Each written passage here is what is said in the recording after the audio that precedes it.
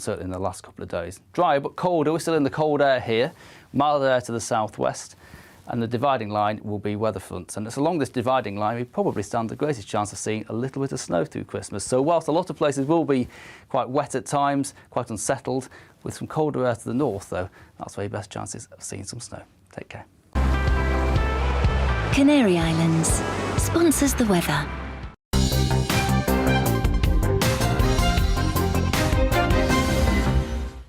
You're watching GB News live across the UK and the world on our digital stream. GB News is Britain's news channel. We are the UK's home of discussion and debate from all perspectives. We are here for you. Don't forget to join our YouTube community by clicking on that subscribe button.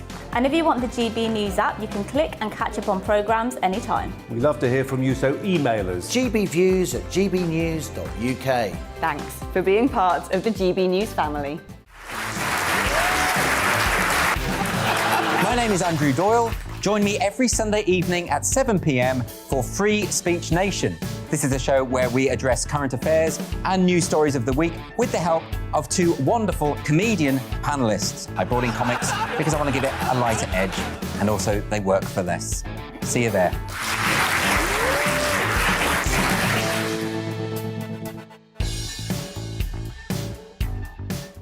Join my show Farage, 7 p.m. till 8 p.m. Monday through Thursday, and there you will get opinion, analysis, debate, and I'll cover stories that nobody else dares to touch. And then for the last 15 minutes, talking pints. We're over a drink. We have a civilised conversation with someone. We very often disagree, but we do it in a grown-up way. Come and join me on Farage.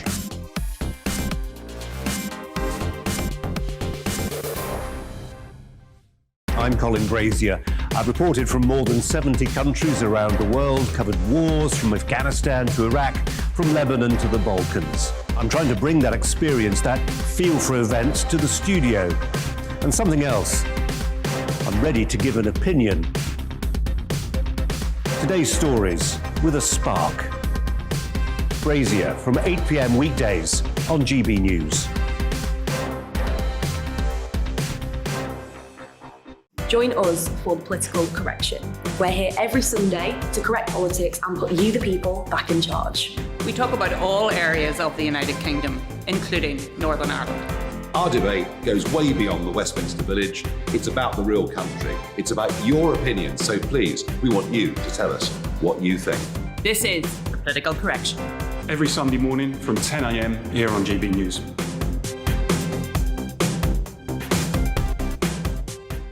You're watching GB News live across the UK, the world, and our digital stream. GB News is Britain's news channel. We are the UK's home of discussion and debate from all perspectives. We're here for you. Don't forget to join our community by hitting the subscribe button. And download the GB News app so you can click and catch up on programmes anytime. We love to hear from you. Email us at gbviews@gbnews.uk. Thanks for being part of the GB News family.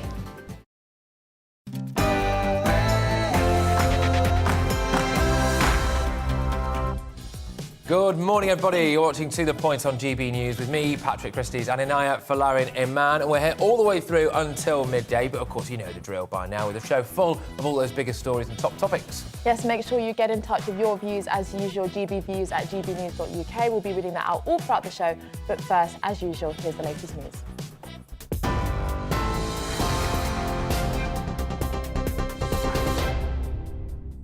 Good morning, I'm Tamsin Roberts. Here are the latest headlines. Two early studies suggest that people infected with the Omicron strain of COVID-19 are less likely to need hospital treatment. Imperial College London, which led one of them, found people with the variant are up to 45% less likely to stay in hospital than those with Delta. But research coming out of Scotland warns the mild nature of Omicron may be offset by its high level of transmission.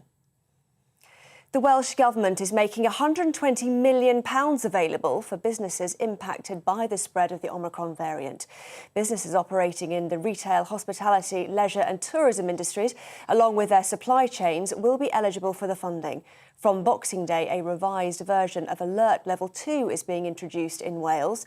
It'll see groups of no more than 6 people allowed to meet in pubs, cinemas and restaurants. Children in England with peanut allergies will be the first in Europe to receive life-changing treatment. NHS England has secured a deal for the oral treatment Palliforsia, which helps to reduce the severity of reaction to eating peanuts, including anaphylaxis. Up to 600 children aged 4 to 17 are expected to be treated this year. The Cayman Islands, Gibraltar and the Falklands are among 39 places hoping for city status.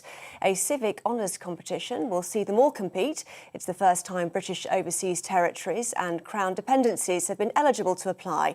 It's all part of the Queen's Platinum Jubilee celebrations. Well, those are the headlines. I'll have more on all of these top stories for you at the top of the hour.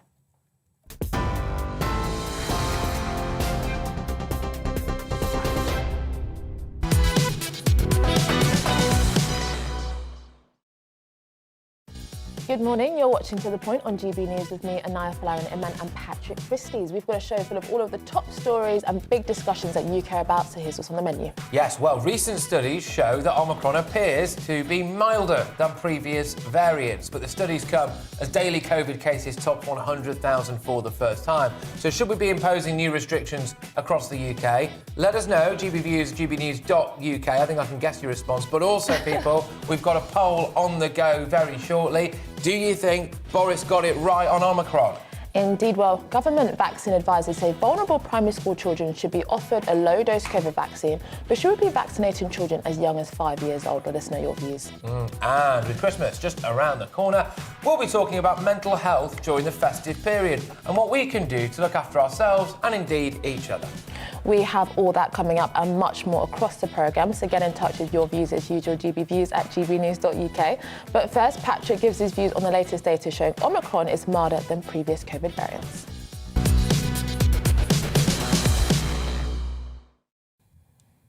Well, credit where credit is due. Boris Johnson appears to have stuck to his guns so far, and we've got Christmas. Christmas is go. And we got an early present, didn't we? Omicron looks to be, surprise, surprise, milder. Who'd have thought it, hey? Early evidence suggests that fewer people are needing hospital treatment than with other variants, with estimates ranging from a 30% to a 70% reduction. I'll take those odds. The researchers said they were seeing a roughly 2/3 reduction in the number needing hospital care. The latest study from South Africa showed people were 70 to 80% less likely, apparently, to need hospital treatment. Apparently, there's a 40% reduction in those needing to stay in hospital for more than a day. Also, in a second study, researchers at Imperial College London have analysed data in England that included 56,000 cases of Omicron and 269,000 cases of Delta. And the researchers also analysed the impact of prior infection, right?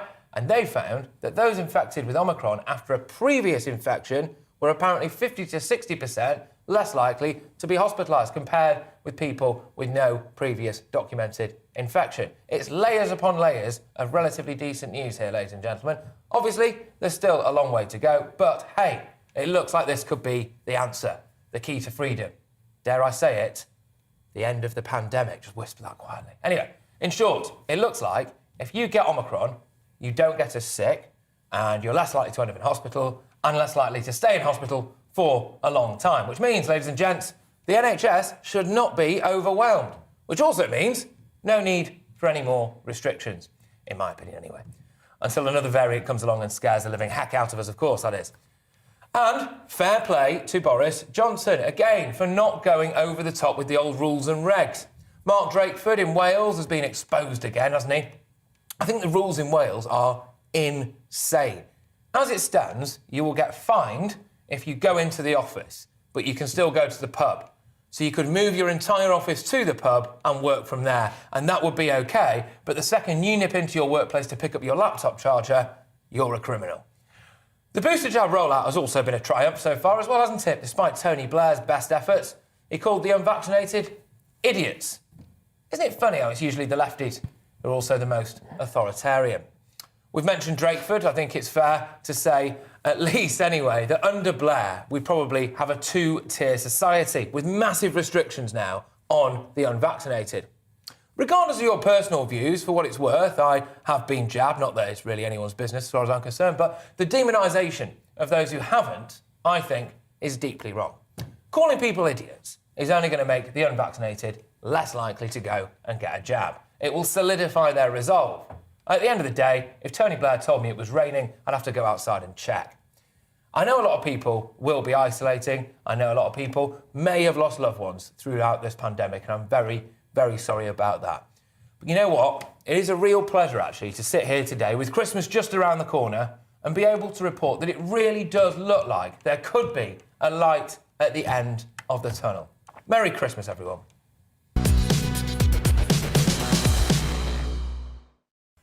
See, part of me wanted to do an old Matt Hancock and start kind of crying and laughing at the same time. And, I mean, you know, I'm going to have to disagree with you. Oh, there we go. The bubbles burst. You know, credit where credit's due. We've just had, you know, COVID passports passed in the House of Commons with 100+ rebellion. I mean, the government has been introducing more restrictions, harsh restrictions, at the end of the pandemic, ones that actually create a two-tier society. So I don't really give credit, and I don't think, to me, Mark Drakeford is a very good, you know, bar to judge whether or not. It's a low bar. You could just step over it. Yeah, exactly. And you know, the truth of the matter is, you know, when even though this whole situation is maybe milder when it comes to Omicron, the reality is, I mean, according to some polls, there are 10, 15, 20% of the public, unfortunately, who want some sort of permanent kind of lockdown restriction. Well, yes. And they are still very much regarded as morally superior than people that want to go back to a society that's much more freer. And we have been saying for nearly 2 years now, oh, this is a light at the end of the tunnel. Vaccine was meant to be a light at the end of the tunnel. Gosh, I was happy for a while. I came into work. Sorry to burst the bubble. Cheerful, and then now all of a sudden I want to cry again. But no, look, loads of your views coming in.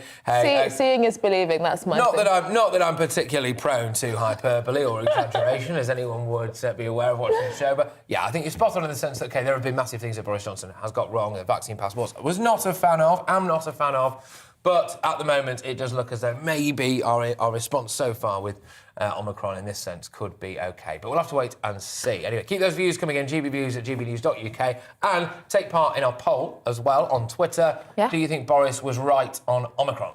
Well, after the break, nightclubs are due to shut in Northern Ireland from Boxing Day as new restrictions are announced. Our Northern Ireland reporter, Dougie Beattie, will be giving us the latest.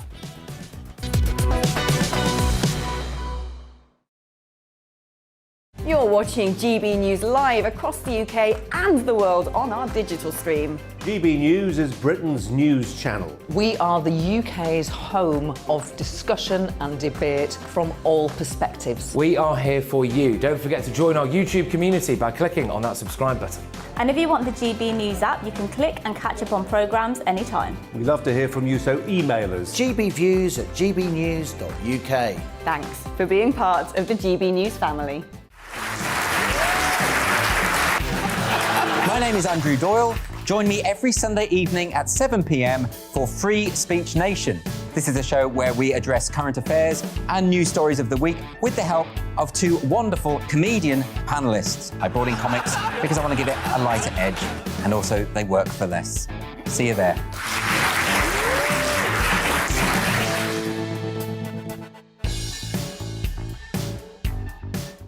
Join my show Farage, 7 p.m. till 8 p.m. Monday through Thursday. And there you will get opinion, analysis, debate, and I'll cover stories that nobody else dares to touch. And then for the last 15 minutes, talking pints. We're over a drink. We have a civilised conversation with someone. We very often disagree, but we do it in a grown-up way. Come and join me on Farage.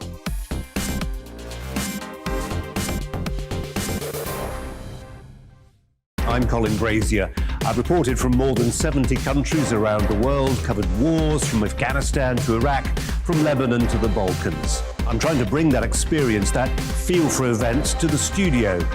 And something else. I'm ready to give an opinion.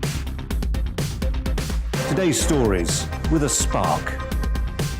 Brazier from 8 p.m. weekdays on GB News.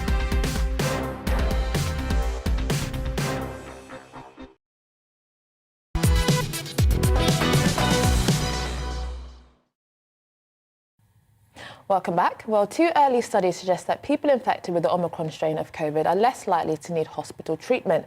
Imperial College, which led one of the studies, found people with the variant are up to 45% less likely to stay in hospital than those with Delta. Yes, but research coming out of Scotland warns the mild nature of Omicron may be offset by its high transmissibility.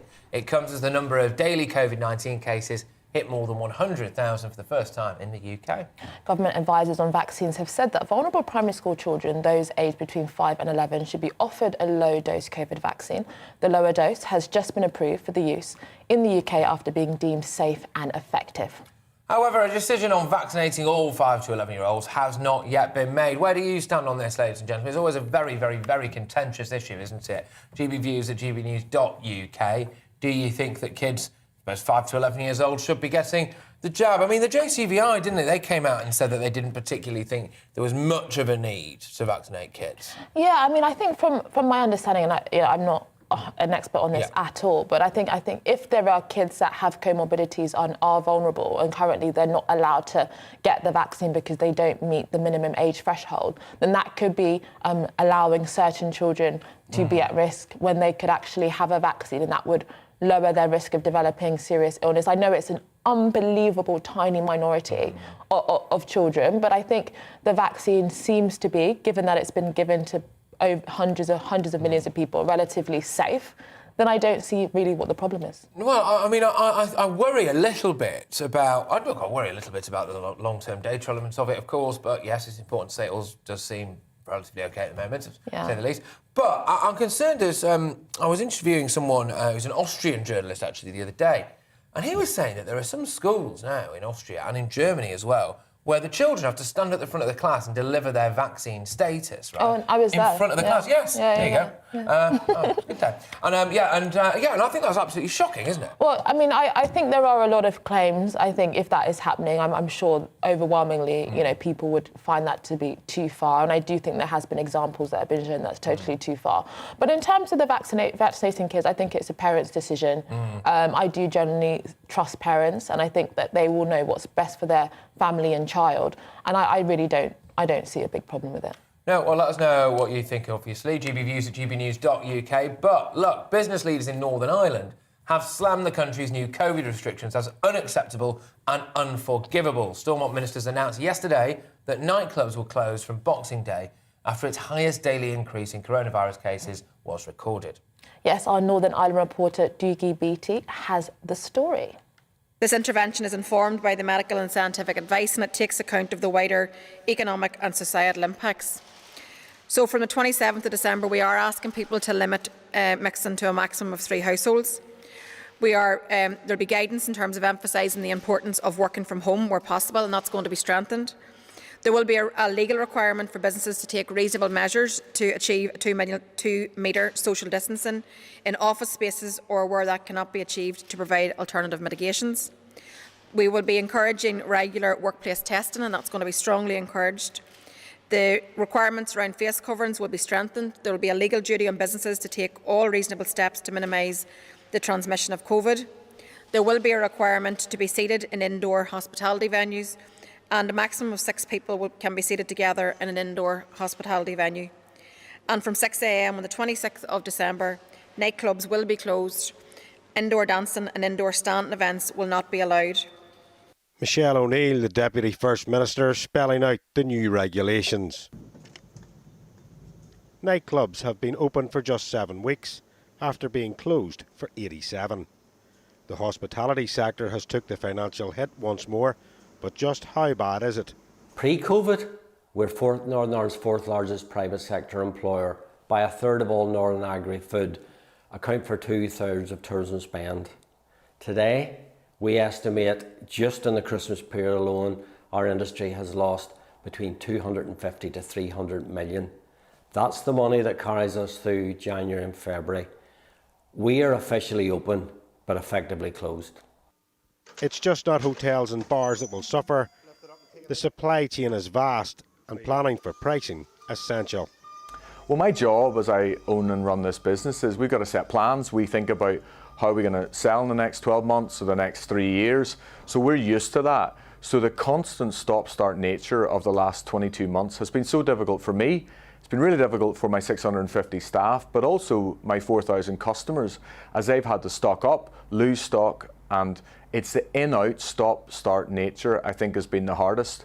But I think we all thought we were going to have a good Christmas this year, and I think what has happened in the last few weeks has been so frustrating because we have not been given any insight, any knowledge, any help or understanding as to what's going to happen. We've stocked up, so we've got a much higher stock holding due to the realities of supply chain, due to the realities of Brexit, and Christmas hasn't happened this year. But I feel sorry for my customers who have bookings made, you know, planning to have big parties, big gatherings in the last few days in terms of their restaurants or their hotels, and they've just been obliterated with sales, with no knowledge of what's coming next, no grants for them, and just fear. I think that's been, fear and frustration, I think, have been the key things. They've been phoning me saying, Andrew, what are you hearing? So it's that unknown that I think is so difficult for our customers. We've been here time and again, last March, last kind of winter, then again in January, then again the summer. Regulations have chopped and changed, and that is very difficult for the hospitality industry. The hospitality sector believes that you have closed them by stealth because you haven't got the money to actually replace it. What do you say to those people in the hospitality sector that have took such a financial hit? And what do you say, more importantly, to the staff in it, that for Christmas they've basically been handed a P45? Well, we have pressed for a wage subsidy scheme, and we want that, but we need the UK government to introduce that scheme. It was there in the past. We believe that hospitality has a particular requirement for that. It is the workers that are going to feel the impact in terms of the decisions that have had to be taken, necessary because of the pandemic. So the Treasury should reinstate furlough immediately and allow us to reach to that, to be able to support workers through this trying time. With no plans in place, the private sector are frustrated and hope that the government will have some forward thinking. I think what we've got to do is get away from a battle that seems to have been raging about health versus the economy. They need to come together, and I think we would like more recognition that the private sector has a huge role to play here in Northern Ireland. We'd love to see much more inward investment and trying to grow jobs. Look, the health service has done an incredible job under incredibly difficult circumstances, but so have my lorry drivers, so have my staff and my food outlets, and lots of other hospitality industries who've kept people fed and watered throughout this pandemic. I think we need better long-term thinking, and we need government to make those tough decisions. Douglas Beattie, GB News, Stormont. Yes, thank you very much, Doogie. And look, hey, this ties in perfectly, doesn't it? Almost as if we planned it. With the poll that we're doing on Twitter at the moment, do you think Boris was right on Omicron? Of course, no Christmas restrictions yet. There are talks, of course, of a January lockdown, but I would find that relatively difficult to stomach, well, massively difficult to stomach, based on the latest things that are coming out about Omicron. That it appears to be milder, fewer hospitalisations, etc., etc., etc. Less time spent in hospital as well. But let us know your thoughts, because we've just got to look at what's going on in Northern Ireland there, haven't we? And, yeah. You know, I'd rather be here than there. Well, I think imminently in America, a anti-COVID pill is going to be approved, and so that is another massive game changer. Rather than just a vaccine, we just have a tablet like Lemsip or something like that. So that will be very, very, very positive, I think. Absolutely, loads of people getting in touch. Thank you, everyone, for emailing in. Boris, spot on, not to shut down. That's from Peter, who's put his thing endemic, so as in end the pandemic. So I quite like that. Well done. I work in intensive care, and your views just mentioned are completely ludicrous. The unvaccinated are keeping us from treating the sick and critically unwell, and that's obviously in relation. Paxlovid, that's the name of the anti-COVID bill, so they can they can actually have that. Well, there you go. OK, well, look, thank you very much, Stephanie, for getting in touch, and good luck as well, of course, on the all-intensive care wards as well. Yes, indeed. Keep all of your views coming, GB Views at GB News, and we will be reading that all. But make sure you stay with us just after the break. It's time to remind ourselves there's always another winter. Canary Islands sponsors the weather. Hello, good morning. Well, the weather's a good bit more unsettled now for the next few days. We've got some rain moving its way northeastwards across the UK today. Still some snow likely across northern Scotland tonight, but milder towards the southwest. And you can see we've got low pressure dominating the North Atlantic now, and this is going to be pushing in a selection of weather fronts from time to time over the next few days. Wednesday's weather fronts tended to fizzle out, but only to be replaced by the next set coming in from the southwest. So still the remnants of Wednesday's rain across central and northern Scotland, perhaps a bit of hill snow too. Elsewhere, though, a drier, perhaps briefly brighter interlude for eastern England, but otherwise we've got the next band of rain coming in from the southwest. Not too much across England and Wales, but for northern England, parts of Northern Ireland, certainly for Scotland, ended up being another quite wet day with quite persistent rain across Scotland and some hill snow developing on the northern edge of this front over the mountains. Cold in the north, but still quite mild actually in the south, temperatures well into double figures. And then a wet night to come across parts of Scotland in particular, with potential for quite significant snowfall above about 400 metres.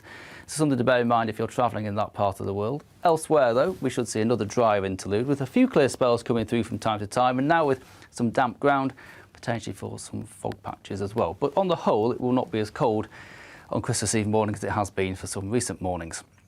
So certainly watch out for the fog first thing on Christmas Eve if you have travel plans. That could take a time to clear across central southern England, parts of eastern England too. Helped though by increasing amounts of cloud and a breeze from the west. So some heavy rain coming into parts of southwest England, Wales and Northern Ireland through Christmas Eve through the day. Elsewhere, though, it should be mostly dry and drier for Scotland, certainly in the last couple of days. Drier but colder. We're still in the cold air here, mild air to the southwest, and the dividing line will be weather fronts. And it's along this dividing line we probably stand the greatest chance of seeing a little bit of snow through Christmas. So whilst a lot of places will be quite wet at times, quite unsettled, with some colder air to the north, though, that's where your best chances of seeing some snow. Take care. Canary Islands sponsors the weather.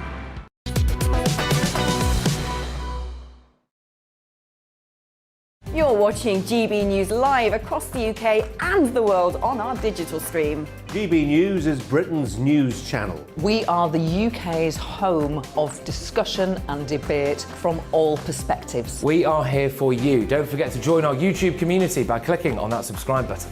And if you want the GB News app, you can click and catch up on programmes anytime. We love to hear from you, so email us. gbviews@gbnews.uk. Thanks for being part of the GB News family. My name is Andrew Doyle. Join me every Sunday evening at 7 p.m. for Free Speech Nation. This is a show where we address current affairs and news stories of the week with the help of two wonderful comedian panellists. I brought in comics because I want to give it a lighter edge, and also they work for less. See you there.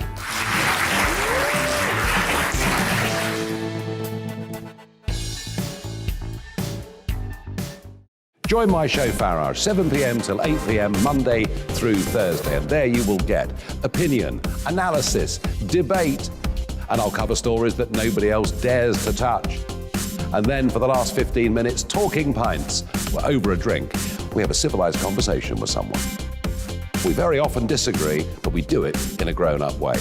Come and join me on Farage.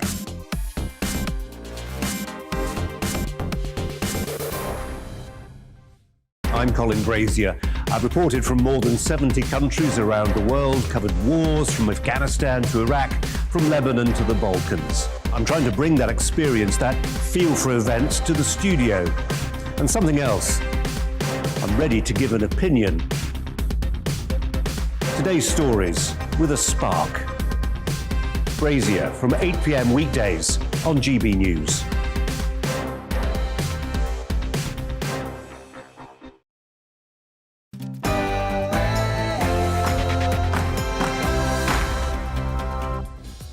Good morning, everybody. You're watching To The Point on GB News with me, Patrick Christys, and Inaya Folarin Iman. We're here all the way through until midday with the show full of all of today's biggest stories and biggest discussion topics as well. Yes, as usual, make sure you get in touch with your views. gbviews@gbnews.uk. We'll be reading that out all throughout the show. But first, it's time for the latest news.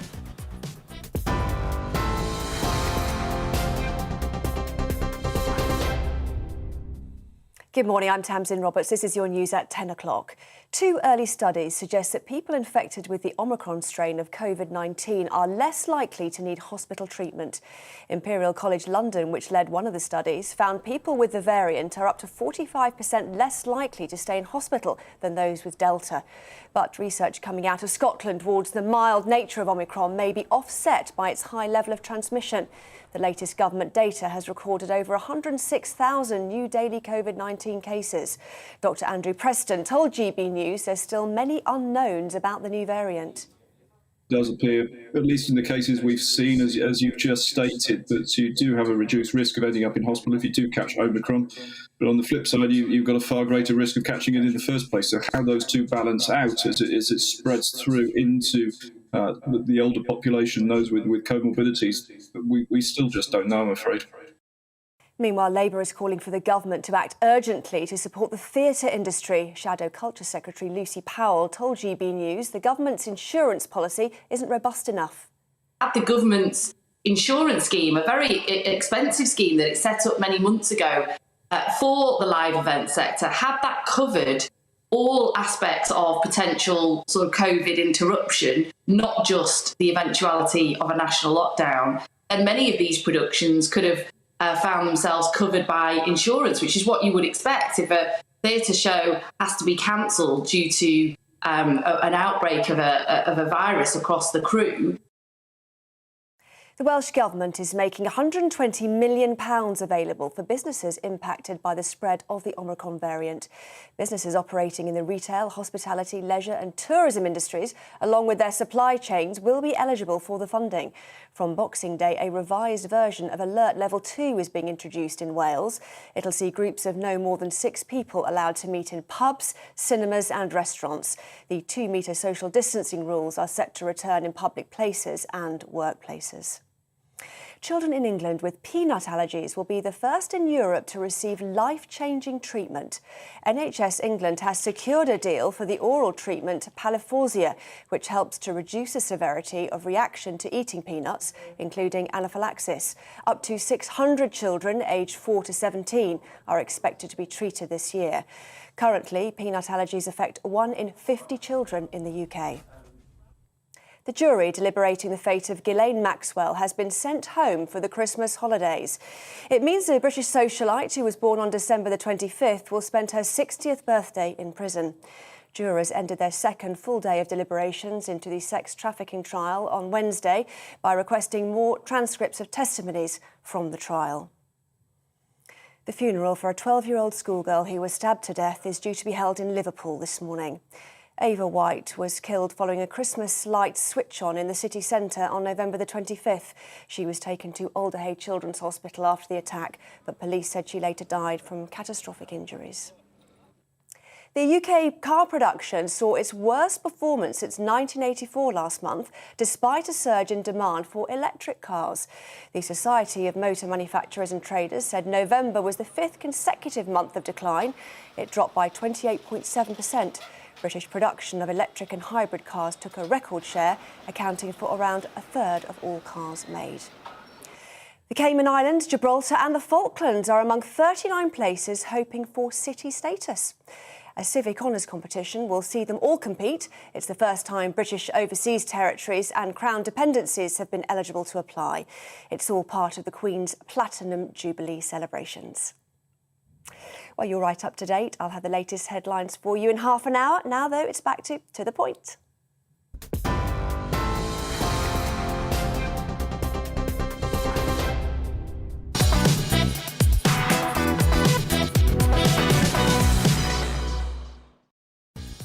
Good morning, everybody. You are watching To The Point on GB News with me, Patrick Christys and Inaya Folarin Iman. And as ever, we've got a massive show lined up for you. So here's what's on the menu today. Yes, recent studies show that Omicron is milder than previous variants, but the studies come as daily COVID cases topped 100,000 for the first time.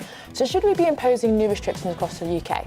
Let us know your views, gbviews@gbnews.uk. Yes, indeed. Wales is set to introduce new measures, including limits on social mixing, on hospitality, and the return of the 2-metre social distancing rule. Drakeford loves a rule, doesn't he? We'll bring you the very latest on that in just a few moments. Yes, and with Christmas just around the corner, we'll be talking about mental health during the festive period and what we can do to look after ourselves and one another. Yes, indeed. All of that coming up and much, much more across the programme. Make sure you get in touch with us, ladies and gents. gbviews@gbnews.uk. And, of course, that poll, do you think Boris got it right on Omicron? 62% of you say yes so far, so keep voting in that. But first, we're talking the very latest data on Omicron, which appears to show that it's milder than previous variants. Hooray!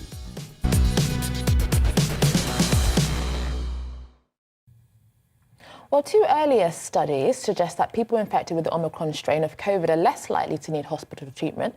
Imperial College, which led one of the studies, found that people with the variant are up to 45% less likely to stay in hospital than those with Delta. But research coming out of Scotland warns the mild nature of Omicron may be offset by its high transmissibility. So it comes as the number of daily COVID-19 cases hit more than 100,000 for the first time in the UK. Government advisors on vaccines have said that vulnerable primary school children, those aged between 5 and 11, should be offered a low-dose COVID vaccine. The lower dose has just been approved for use in the UK after being deemed safe and effective. However, a decision on vaccinating the 5 to 11-year-olds have not yet been made. Yes, well, joining us now to talk about the government's COVID strategy, over and beyond as well, the festive period, will there be another lockdown, etc., is our political correspondent, Tom Harwood. So, Tom, yes, do you think that Boris has called it right on Omicron so far in terms of the no Christmas restrictions, as it were?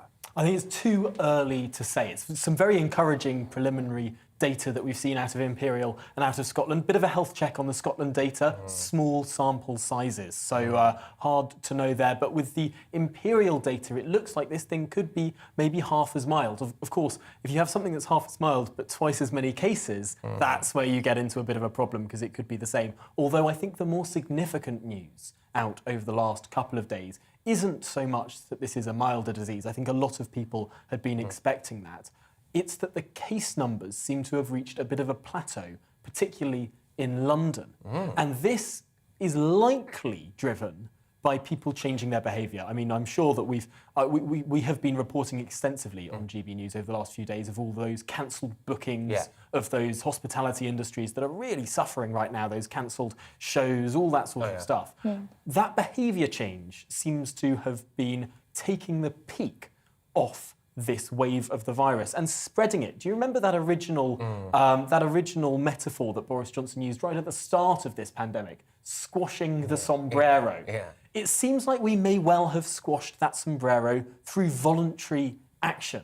Tough on businesses, but also tough on that virus, and squashing that over several days. If we continue to plateau around 100,000, not reaching the 1 million cases a day that some were fearing, that could well mean that we never have enough admissions on any one day to overwhelm the NHS. We could avoid formal restrictions in their entirety. Fantastic. I mean, isn't that really something quite positive in the sense that actually people, after nearly 2 years, understand, broadly speaking, how to manage their own risk? They can take in the information and decide for themselves what kind of plans are going to change. Beaten into compliance. Well, I mean, that is another way of looking at it. But I do wonder in terms of as we move out of officially labelling this a pandemic and move this away from kind of government management, that's ultimately what we want, that people can actually judge for themselves and manage their own risk. Of course, there are some drawbacks to that. I mean, we've seen that there's been £1 billion this week being pledged to small and medium-sized firms that have taken a real big hit, particularly over the Christmas period, which would normally be their busiest period of business. They've taken a real hit there. And of course, not having lockdowns still does have economic impacts. When there's a lot of virus about, people change their behaviours. It can be very hard. I wonder if we might be jumping the gun a little bit, though. We've seen on the front page of just about every newspaper this morning, it's a milder variant, things might just be fine. Well, if people then change their behaviour the other way, and then we start seeing that exponential growth again, that might well undo some good work. I think we're not out of the woods until we're past Christmas. Why? Because Christmas, particularly, is an intergenerational affair. It's when old people go back and see, or young people go back and see old people. That's the real problem. New Year, not so much a problem. Mainly people mixing with their own age groups and actually spread out over a longer time as well throughout January. I think there's far less justification for any sort of restrictions in January. It seems very odd that Wales, that Northern Ireland and that Scotland are doing restrictions not on Christmas, that danger point of intergenerational mixing, but are doing restrictions after the danger point has passed. It's very peculiar. Well, I want to talk to you about that, actually. We just spoke a little bit earlier on about what's been going on in Wales. I kind of joked, said, Drakeford loves a rule, doesn't he? I think he quite does, actually, by the looks of things. He potentially return to the 2 metres social distancing, hospitality constraints, etc. What can we expect there? And frankly, is there any need for it? Well, I think that we could well be seeing a situation where there's a bit of egg on the faces of Mark Drakeford, a bit of egg on the face of Nicola Sturgeon as well. If we see, if it transpires to be the case, and again I stress, it's too early to say, we're seeing preliminary data. We only knew about this variant earlier this month. We are very early days into understanding how this might interact. But if it is the case that Wales and Scotland don't have a particularly different experience to England in terms of virology, but have a very different experience to England in terms of the social interaction, the quality of life that the people of those countries can experience over the next month. That could be a really, really damaging thing politically for those governments. And I mean, because, isn't there a hope that at some point there's going to be a universal vaccine? Because that is going to perpetually be the problem, that actually is there going to be new variants that cause a whole new set of problems, new restrictions, and it takes us back to square one. I mean, I'm wondering what kind of alternative treatments they're going to be developing, whether that's a universal vaccine, I mentioned earlier, an anti-COVID pill. I mean, what are some of the possible prospects as we want to get out of this at some point? Well, Pfizer is, of course, developing that pill, not yet approved by our regulators here, but it seems like it's pretty likely that it could be. And of course, those antiretrovirals, those home treatments that could well be sent out in packs to people who develop COVID, that could be really, really game-changing in terms of stopping the need for people to go to hospital altogether. Although I think it's likely that we're not going to see a one-jab solution to this crisis. Of course, every year the flu vaccine gets updated. Every autumn, the people in the vulnerable categories get their flu vaccine.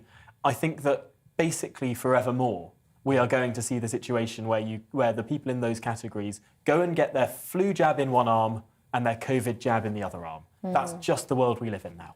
Yeah, and also, as well, it's all very well and good us sitting here and talking about Omicron, and the latest figures are very encouraging, although it's a bit early days at the moment. But, you know, it could all be up in the air with a new variant, I suppose, or a scariant, as some people have been terming it, of course. Do you think that the likes of Chris Whitty and co have been right to be maybe, I don't want to say dour, but very, very, very cautious, haven't they? I suppose maybe that's just their remit, is it really? So it's interesting when looking at this modelling. Generally, what has been the case, or at least was the case before Omicron, was the best case scenario modelling looked closer to the central case that we actually saw. And I wonder how much of that is because politicians don't tend to act until they think things are absolutely at the worst stage. Is this scientists trying to nudge politicians into acting in the way that they would like by presenting those models in that way? Or is it simply because they have been given a small remit for these models? The models that the scientists have been asked to produce are if this virus goes ahead and there's no behaviour changes, for example, this is what it would look like. Yeah. Or modelling what a particular restriction would look like and not modelling what no restrictions would look like. Really, sometimes the remit of these models is not reported in the fulsome way that it should be when we're talking about this. And sometimes the press gets it really badly wrong. For example, taking the worst case scenario in the models and slamming that across the front page of the newspaper as if that's the central scenario of the model. And very often it's not. Tom, thank you very much. As always, Tom Harwood there, of course, our political correspondent, whizzing you through the Omicron latest and the political ramifications of all of that as well. Yes, indeed, and we've got some GB views, lots of them. Oh, someone said, give Patrick a break, he's been working very hard. It's very true. I'm fine, I'm not going anywhere. Absolutely, well, thank you very much, sir. We've got Mike, who's Mike in Scotland, fantastic. Boris got it right, end of story, but the media and news and TV stations would have crucified him if he didn't. I can't say exactly what he's referred to Nicola Sturgeon as, but I think we can guess. Says that she got it wrong. And please relay this to your viewers. Well, ask and you shall receive. Yes, Gareth has said Drakeford has once again imposed draconian rules on the poor people of Wales. Hospitality is broken. Believe me, it is broke. Yeah, and I think it's going to be very, very difficult for Drakeford to justify a lot of this, if indeed it does come out, and fingers crossed it does come out, of course, that Omicron actually really is almost a silver bullet, I think, you know, almost a way out of this in a sense. If it is milder, more transmissible, less deadly, you spend less time in hospital, which is what the figures appear to show at the moment. It could be an interesting one. We've had an individual get in touch, and I've lost this, but I remember what they said, which is that they were the only one in their office to not get Omicron. This is according to them, of course. Said he works in a very small office, was one of the only people not to get it. Is unvaccinated but had COVID recently. I think a nod there to the fact that actually if you have had it as well, you obviously do have those antibodies, don't you? And it's not necessarily all about the vaccine, is it? Although it does happen. I've never had COVID, which is remarkable. I mean, I've done hundreds of tests now, never had it. No. Asymptomatic, maybe? I had COVID before it was cool, right? So I had it like right at the very start. Yeah. Right at the very start. But obviously we didn't really see. I don't think we had tests for it then, did we? I think I went and got an antibodies test and stuff.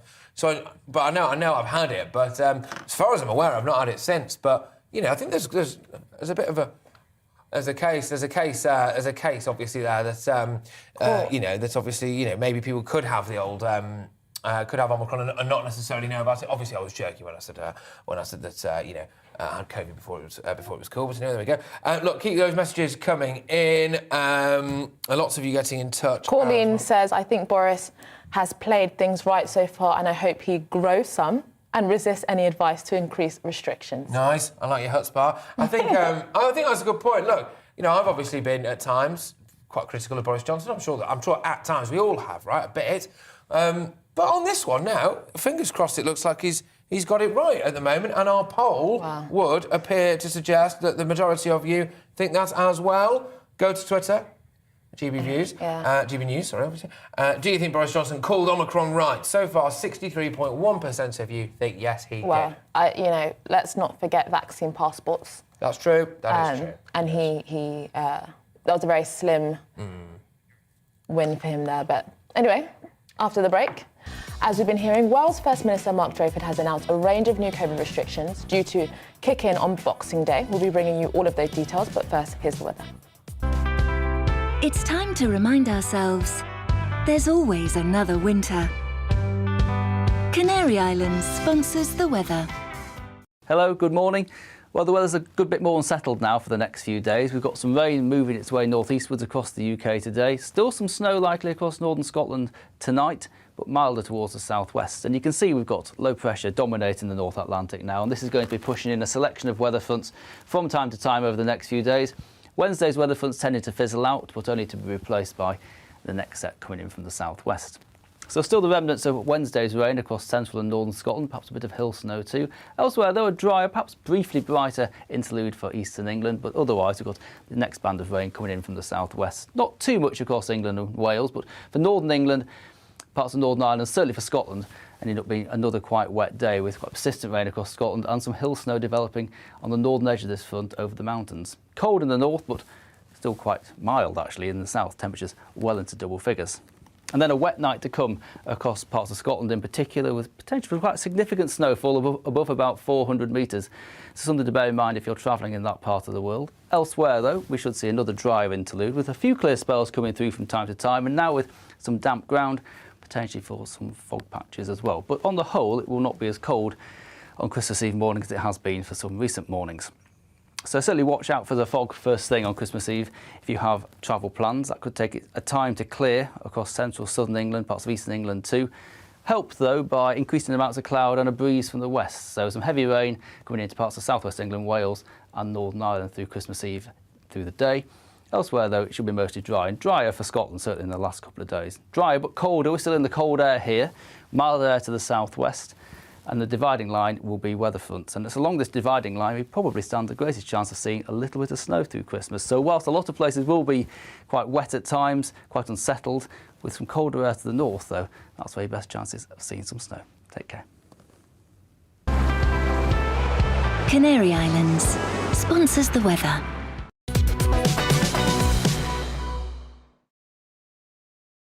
You're watching GB News live across the UK and the world on our digital stream. GB News is Britain's news channel. We are the UK's home of discussion and debate from all perspectives. We are here for you. Don't forget to join our YouTube community by clicking on that subscribe button. And if you want the GB News app, you can click and catch up on programmes anytime. We love to hear from you, so email us. gbviews@gbnews.uk. Thanks for being part of the GB News family. My name is Andrew Doyle. Join me every Sunday evening at 7 p.m. for Free Speech Nation. This is a show where we address current affairs and news stories of the week with the help of two wonderful comedian panellists. I brought in comics because I want to give it a lighter edge, and also they work for less. See you there.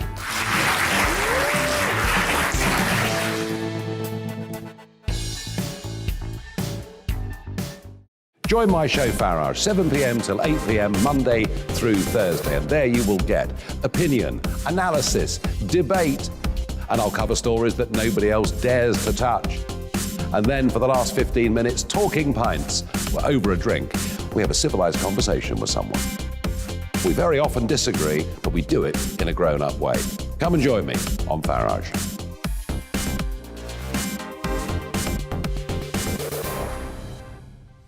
I'm Colin Brazier. I've reported from more than 70 countries around the world, covered wars from Afghanistan to Iraq, from Lebanon to the Balkans. I'm trying to bring that experience, that feel for events, to the studio.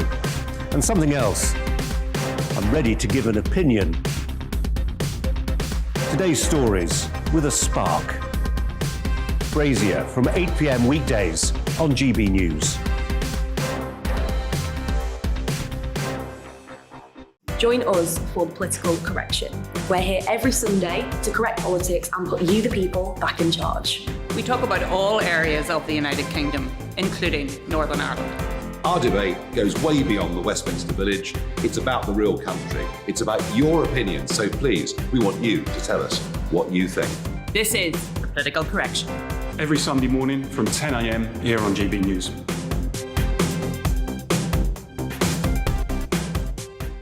You're watching GB News live across the UK, the world, and our digital stream. GB News is Britain's news channel. We are the UK's home of discussion and debate from all perspectives. We're here for you. Don't forget to join our community by hitting the subscribe button. And download the GB News app so you can click and catch up on programmes anytime. We love to hear from you. Email us at gbviews@gbnews.uk. Thanks for being part of the GB News family.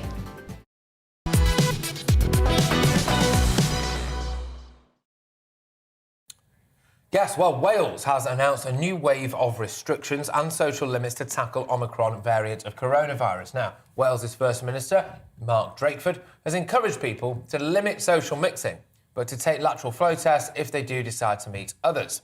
The new rules start on the 26th of December and include no more than 6 people will be allowed to meet in pubs, cinemas or restaurants. It also includes a 2-metre social distancing rule, and that's going to return in public spaces. Also, hospitality venues will have to have table service only, with compulsory face masks and contact tracing making a comeback. Yeah, well, let's talk now to Neil Hamilton, who is, of course, leader of the UK Independence Party, former member of Parliament and former member of the Welsh Senate as well. Thank you very much. Does Drakeford just love the authority, do you think, or is there some justification for this? Oh, they won't be satisfied in the Welsh Labour Party until Wales is a sort of junior version of North Korea. You know, they think the government knows best, the people can't be trusted to run their own lives, take their own decisions. Government has to run or control absolutely everything. And these absurd restrictions, which is Drakeford's Christmas present to the Welsh people, I hope, will give rise to substantial civil disobedience. Because when governments start locking you up, then they've got to be pretty sure there's a good enough reason for that. Whereas what we do know about this Omicron variation of the coronavirus is it's far less severe in its effects than any of the variants that we've had hitherto, and there's zero case for further restrictions. But Neil, I mean, obviously Mark Drayford is going to suggest that they are just being cautious. That it's very, very transmissible, much more it's understood than previous variants, even if it is less severe in certain cases. And therefore, being cautious prevents the NHS in Wales from overwhelming. Well, they're not just cautious, they're terminally timid.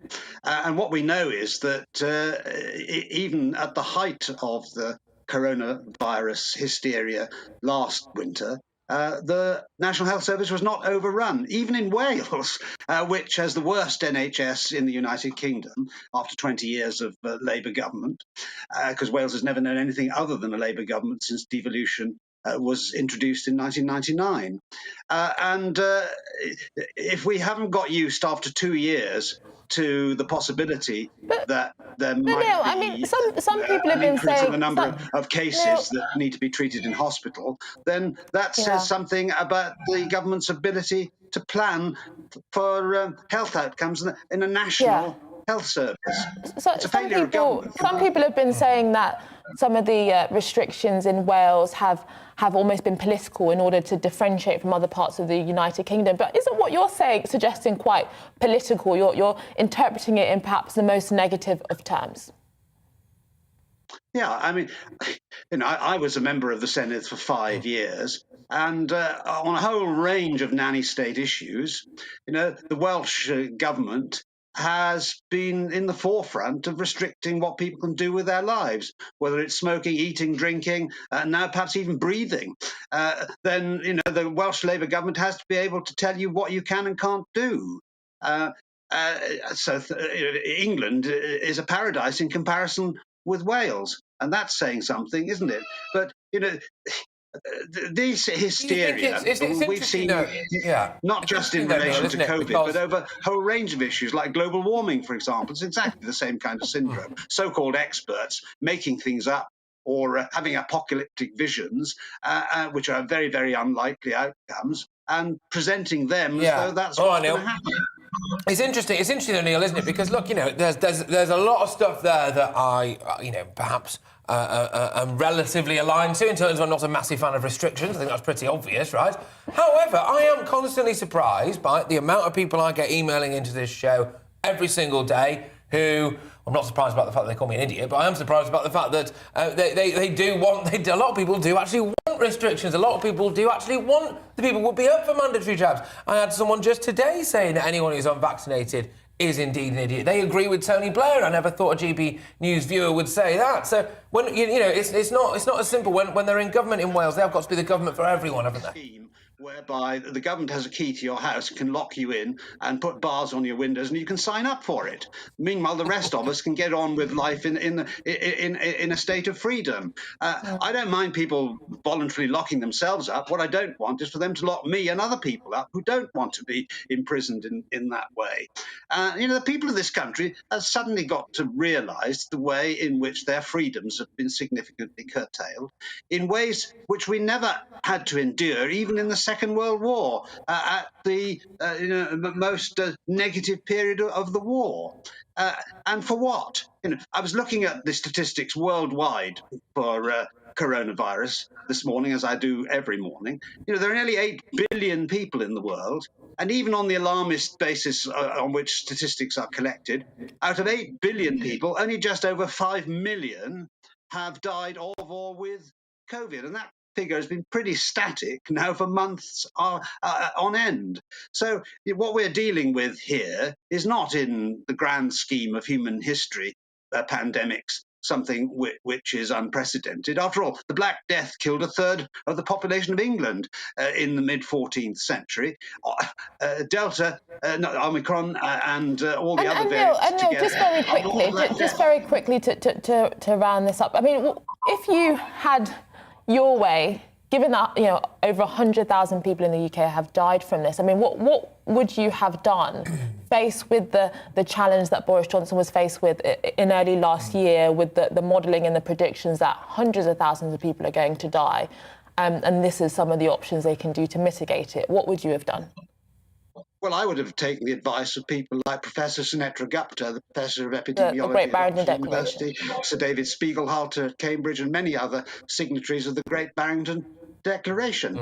What we should have done is to focus on the vulnerable, whilst leaving those who are not likely to suffer any significant ill effects to acquire the immunity through contracting the virus. And on that way, a herd immunity is built up. And that is what has happened over the last 2 years, in effect, which is one of the reasons why the Omicron virus is not as severe in its effects as the others, because we've got... All right, no, thank you. Well, you've summed it up very well, the Great Barrington Declaration.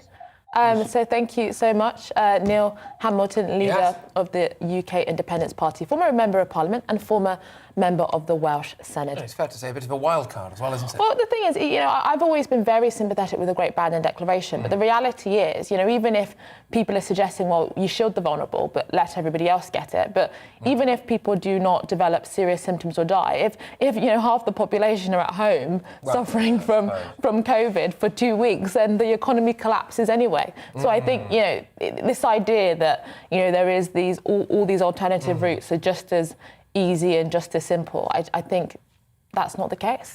No, look, there's no one right answer, is there? And indeed, as somebody earlier on, I can't remember the name now, emailed in, the fact is that no one in the world got this right, and it's true. No one did. We were not prepared for any of this, really, and you can argue maybe we should have been better prepared, but you live and learn, hopefully. Anyway, right, moving on. Well, we hope we live and learn. We hope we live and learn, yes, definitely. Well, the Duchess of Cambridge has hosted a special Christmas service at Westminster Abbey. So Ellie Goulding was among the performers at the Royal Carol service. The Duchess was joined by her husband, Prince William, and other members of the royal family. And there's quite a nice video, actually, of them sharing a loving look. Yeah, she used the occasion to pay tribute to the inspirational people that served their communities during the pandemic. And it's such a lovely thing. It is a really nice thing. It's nice to have a bit of normality. Feel very sorry for our Queenie, unfortunately. But, in terms of that tribute, a lot of people have done a lot of amazing things during this pandemic. And I think that, yes, health workers have often been at the centrepiece, and I think that's very important. But the people that have helped the elderly, the delivery drivers who have, worked consistently, I think that a lot of people have sacrificed a lot and supported others. So. Absolutely. Loads of people deserve credit out of this. We are indeed a nation of heroes. Anyway, after the break, we'll be discussing mental health during the festive period and what we can do to help ourselves and each other with campaigner Rachel Kelly. But before that, it's time for this morning's news.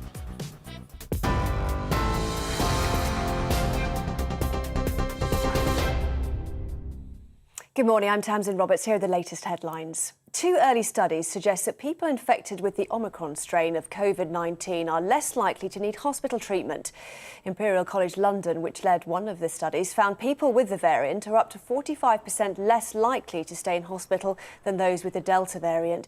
But research coming out of Scotland warns the mild nature of Omicron may be offset by its high level of transmission. The Welsh Government is making £120 million available for businesses impacted by the spread of the Omicron variant. Businesses operating in the retail, hospitality, leisure and tourism industries, along with their supply chains, will be eligible for the funding.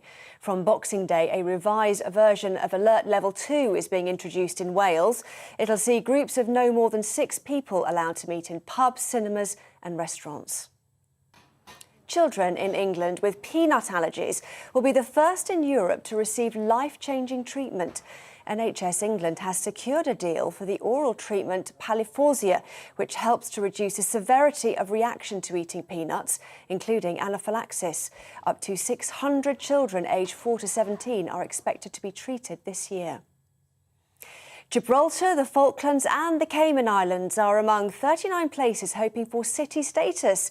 A civic honours competition will see them all compete. It's the first time British overseas territories and Crown dependencies have been eligible to apply. It's all part of the Queen's Platinum Jubilee celebrations. Well, I'll have more on today's main stories for you at the top of the hour, and that's all for now.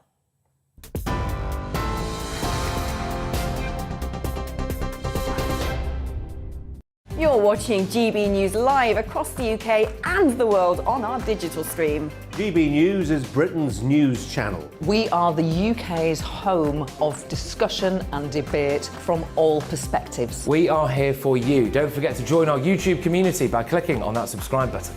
And if you want the GB News app, you can click and catch up on programmes anytime. We love to hear from you, so email us. gbviews@gbnews.uk. Thanks for being part of the GB News family. My name is Andrew Doyle. Join me every Sunday evening at 7 p.m. for Free Speech Nation.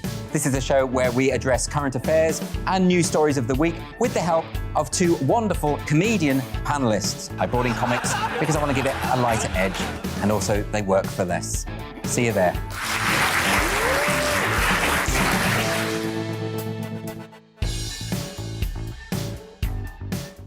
Join my show Farage, 7 p.m. till 8 p.m. Monday through Thursday, and there you will get opinion, analysis, debate, and I'll cover stories that nobody else dares to touch. And then for the last 15 minutes, talking pints. We're over a drink. We have a civilised conversation with someone. We very often disagree, but we do it in a grown-up way. Come and join me on Farage.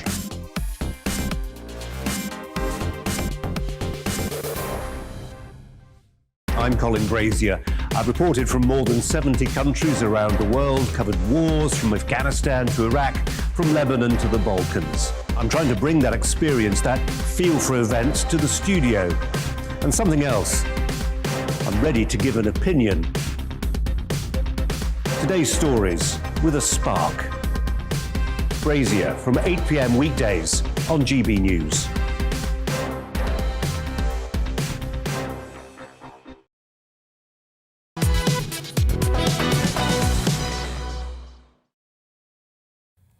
All right, OK. Well, good morning, everybody. A new campaign is being launched to raise awareness of how dangerous it is to put batteries in your rubbish and general recycling bins. Well, our North East reporter Rachel Sweeney joins us now live to explain more. Thank you so much for joining us this morning, Rachel. Why exactly is it dangerous to put batteries in bins? Tell us more. Yes, well, they may be small, but they can be very dangerous if they are handled incorrectly. Some people have been putting them in bins or their recycling bins, and the reason that we can't do that is because they can get damaged in the processing. They can get punctured or crushed. If that happens, they can leak a toxic liquid that is very dangerous if near combustible material. It can spark, it can get very hot, and it can start a fire. And that puts the lives at risk of waste disposal workers. There have been 300 incidents in England, 19 of them in my patch, and there was an incident in Gateshead recently where a battery started a very large fire. It was very difficult to put out for the fire brigade, and you can see just how big the flames were, how difficult that was to extinguish. It's also detrimental to the environment. Well, I've been speaking to Mark Morley from Gateshead Council, who tells us what we should be doing. All suppliers of batteries over 32 kilograms, so any big supermarket, big retailer will sell more than 32 kilograms of batteries per year. They have a duty to take back your old batteries. It's not totally advertised, but they do have a duty to that, so you can take them back to wherever you purchase your batteries from, as long as they have sold over that figure. So your key supermarkets, DIY stores will all sell over that weight. So we'd encourage people to take them back and recycle them that way. Also, you can take them to local household waste recycling centres operated by local authorities. And also, as a council in Gateshead, we do have most of our key public buildings that will have collection points for batteries. So there are numerous places where you can take them and recycle them. Yes, well, it's not just batteries that we seem to be putting in the bin. It's anything. We know it's very out with the old and in with the new at this time of year, isn't it? I have an example for you. It's my son's broken bin truck. You can see the blue tackware. I've attempted to fix it. It does have batteries inside. So if I had recycled it, that would have been very, very dangerous for anybody handling that bag. We are at a point now where we are shifting everything out, waiting for Santa's presents to come in, and we must be very careful. There is lots more information on your local council website. You are encouraged to recycle and stay safe and save lives. Thank you very much, Rachel. And I hope that you have a wonderful Christmas as well, and Santa brings your son everything that he's asked for, so I hope you have a lovely time. All right, it's Rachel Sweeney there, of course. Just reporting. I thought it was quite informative, actually. I must say I wasn't... I didn't know that. No. There you go. All right.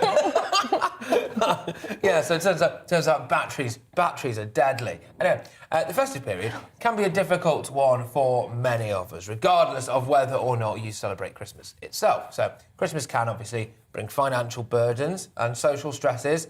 It's darker nights as well, isn't it, as well? And considering the few hours of sunlight, colder temperatures, restrictions, leaving many people in isolation over the festivities. It's also so important, especially after the last 2 years, we've been navigating as a country to look after our mental health. Rachel Kelly, an author, mental health advocate and campaigner, joins us now. Thank you so much for joining us this morning, Rachel. What can we do during these very challenging and pressing times to make sure that our mental health is all good? Well, I think you're right. That list of circumstances, which means it's a challenging time of year, but we can always choose how we react to circumstances. So whatever situation you're facing, you do have a bit of agency and choice about how you choose to react to whatever the pressures are. I'd say the best single way to reset and have a sense of calm is to use some of the breathing exercises to sort of trigger the relaxation system and be nice and calm. Whatever circumstances you're in.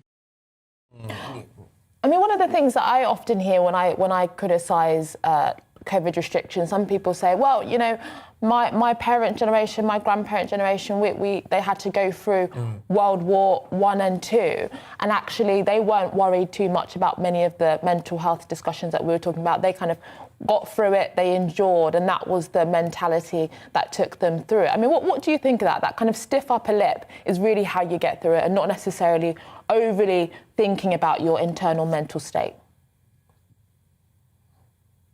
Yeah, I think you make a good point. I'd make a distinction there that there's absolutely a lot of data that resilience does come through going through challenging times, and that we build this resilience. We're seeing it a lot with young people, actually. I know there's been a lot of reports of anxiety among our youngsters, but some people say, actually, this is generation grit rather than the COVID kids, that sense of resilience and going through hard times. Going through hard times does build this sense of resilience. I'd say the difference that if we can incorporate what we now know is that the sort of shutting things down in terms of not allowing difficult feelings. Oh, Rachel, unfortunately, I think Rachel's dropped off. It's interesting, though. I would like to just pick up on something that you said just right at the end there, actually, about shutting things down.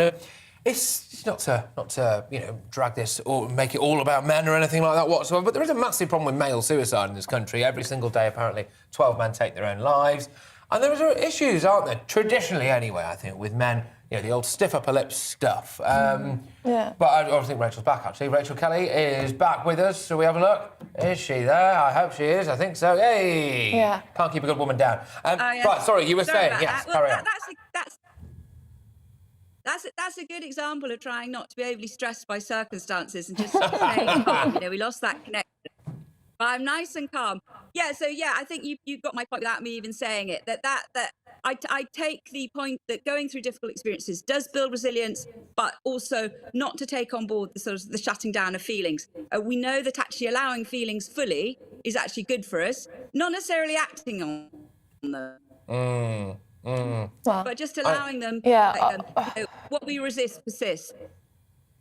Okay. Well, thank you. I think we're going to. Sorry, it's a bit of a shaky connection, I'm afraid, Rachel. So I'm very, very sorry, but I think you got your main points across. No, there was a point that you said. I mean, I worry that actually we have a problem with oversharing, in our culture, because I think people always talk about their personal issues. You have a disagreement with someone's view, and they make it about their own identity, their own personal situation. And actually, I wish we would become much more stoic in our approach to issues and not too emotional. I think there's actually, I'm quite the opposite. I think there's too much oversharing. I think there may well be. I mean, the Instagram generation. How does anyone know what you've had for dinner if you don't put it on Instagram? You know, but I think when there's a lot of, I think there still is a thing with a lot of blokes where, you know, you're going down the pub and, you know, people going through a divorce or they've lost a loved one or there's pressures at work or whatever, and, you know, you go up to someone, you go, all right, mate, how's it going? Yeah, great, thanks, you. And actually, it's not great. Actually, there's a lot going on, you know, and I think there's a difference, isn't there, between oversharing at times and then maybe not sharing when you need to. I don't know. Yeah, no, I think that's a good point. I think, you know, a strong masculinity knows how to deal with its emotions. I definitely think men should open up more, but I wouldn't want, you know, men to lose that sense of, you know, masculine ruggedness that often defines the masculine ideal. Good grief, wow. Okay, well, there you go. It's nice to have something to know there, isn't it? Well, that was, of course, Rachel Kelly, who is an author, mental health advocate and campaigner as well, unfortunately. She dropped off a little bit. She was cut short in her prime, but anyway, I think she got the main points across there, which is, look, don't suffer in silence, obviously, and the fact that this can be a challenging time of year. There's a lot going on, and you need to be able to recognise that. No, I think that's very true. I do. COVID restrictions mean that some sports are limited across Scotland, but one is thriving. Skiers and snowboarders are flocking to the Cairngorms to enjoy the snow and the outdoors. Our Scotland reporter, Davy Donison, has more. It's a long, winding climb up to the highest ski resort in the Cairngorms. On the 8-mile trek from Abbey, you'll pass stunning scenery and tourist attractions such as Loch Morlich, reindeer and much more. And this year, those at the ski resort are hoping for a good season with plenty of snow. This year, we don't know if, you know, with the pandemic, the variations, the changes, are people going abroad or they cancel their holidays? We expect to be very busy over Christmas and New Year. The challenge will be having enough snow to manage people's expectations. So there might be a period we might have to restrict numbers on the mountain compared to how much snow we've got, but keep an eye on the forecast. We play it by ear and hopefully accommodate as many as we can safely, but also keep in our mind that a lot of people want to come here to ski and we need more natural snow to get more of the mountain open. There are 32 kilometres of slopes and 35 different runs within the ski area. The Cairngorms National Park is home to 3 of Scotland's 5 ski centres, which attracts visitors from far and wide. Very different from the Alps, in as much as this is very rolling, gentle scenery, but it's beautiful. And yes, it is impressive. I didn't expect it to be as high. That sounds a bit silly. A new snow factory at the Cairngorm Mountain provides skiing for all levels of experience. It will also help provide access from the lower slopes to the mid-station for the upper lifts. The Techno-Alpine Snow Factory there produces snow at any temperature, so it's been on for the last month, pumping out big mounds of snow, and our piece machines will smooth all that out before opening day to create a beginning area for ski schools and beginners. So if that's all we've got for the opening day, we'll probably reach our numbers quite quickly, so we just have to hope for more natural snow to come so we get more skiing available. This summer actually we've been very busy. We have a kids play park down here we open in the summer with a tubing slide and a little zip slide. That's been exceptionally busy. Many people come to see that and spend in the cafes and restaurants, so we've had a good busy summer. So hopefully we can continue that through the winter. The summer was clearly a huge success and it's hopeful this will continue throughout the season. Gosh, I tell you what, I would love to be there right now. You don't think a bit of skiing in the Cairngorms? Oh, Scotland is just stunning. I love Scotland. It's just so beautiful. It is beautiful. I'm partial to a bit of the Lake District there, I must say, but Scotland's the one that can rival it for me. Well, look, the Duchess of Cambridge has hosted a special Christmas service at Westminster Abbey. Yes. Ellie Goulding was there, wasn't she? She was among the performers. There we are. And, it was the Royal Carol service, anyway. The Duchess was joined by her husband, Prince William, and other members of the royal family as well. Yes, she used the occasion to pay tribute to the inspirational people who have served their communities during the pandemic, and it is clearly a lovely occasion. It's nice to see something like that with all of the stress and difficulty we've all been under in the pandemic. See that little look there between Wills and Kate? The look of love. The look of love, absolutely, yes. No, it makes my heart hurt. No? You know, they just seem like such a sweet, lovely couple. I think it's a good role model for young people. Yeah, well, fingers crossed it is. I hope, you know.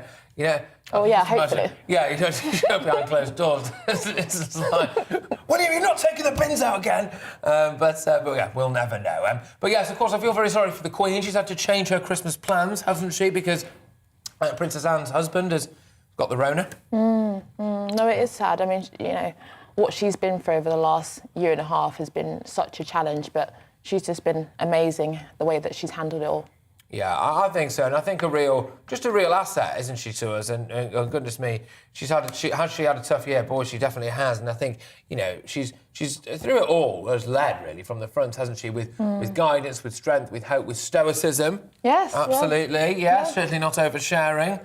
That's for sure. But keep your views coming in, ladies and gentlemen. Loads of you have been getting in touch. And thank you very much, everyone, actually, who's been wishing us a happy Christmas. It's not gone unnoticed. I really do appreciate it. But lots of you have been getting in touch as well, of course, about what's been going on in Wales, the Welsh restrictions. It's about time to be in Wales. Drakeford says cases double every 2 days, but that doesn't seem to be happening. That's from Peter. And a lot of people as well talking about the Great Barrington Declaration, to say that they are massively in favour of it, and that actually that we should have maybe potentially followed that. That's from Robert. Yes, lots of views coming in. Please make sure that you keep sending them in. Well, Labour has demanded urgent action from the government to prevent the demise of the theatre sector. Labour is calling on the government to support the arts sector, including widening eligibility for the Culture Recovery Fund, warning that many treasured theatres face collapse without support. Yes, well, the call on the government follows an announcement from Chancellor Rishi Sunak earlier this week that £30 million has been added to the Cultural Recovery Fund. However, Labour says more needs to be done to ensure the support is effective and reaches those most in need. Earlier on GB News, Simon McCoy and Rosie Wright spoke to Lucy Powell, the Shadow Culture Secretary, about what we need to do to protect the arts.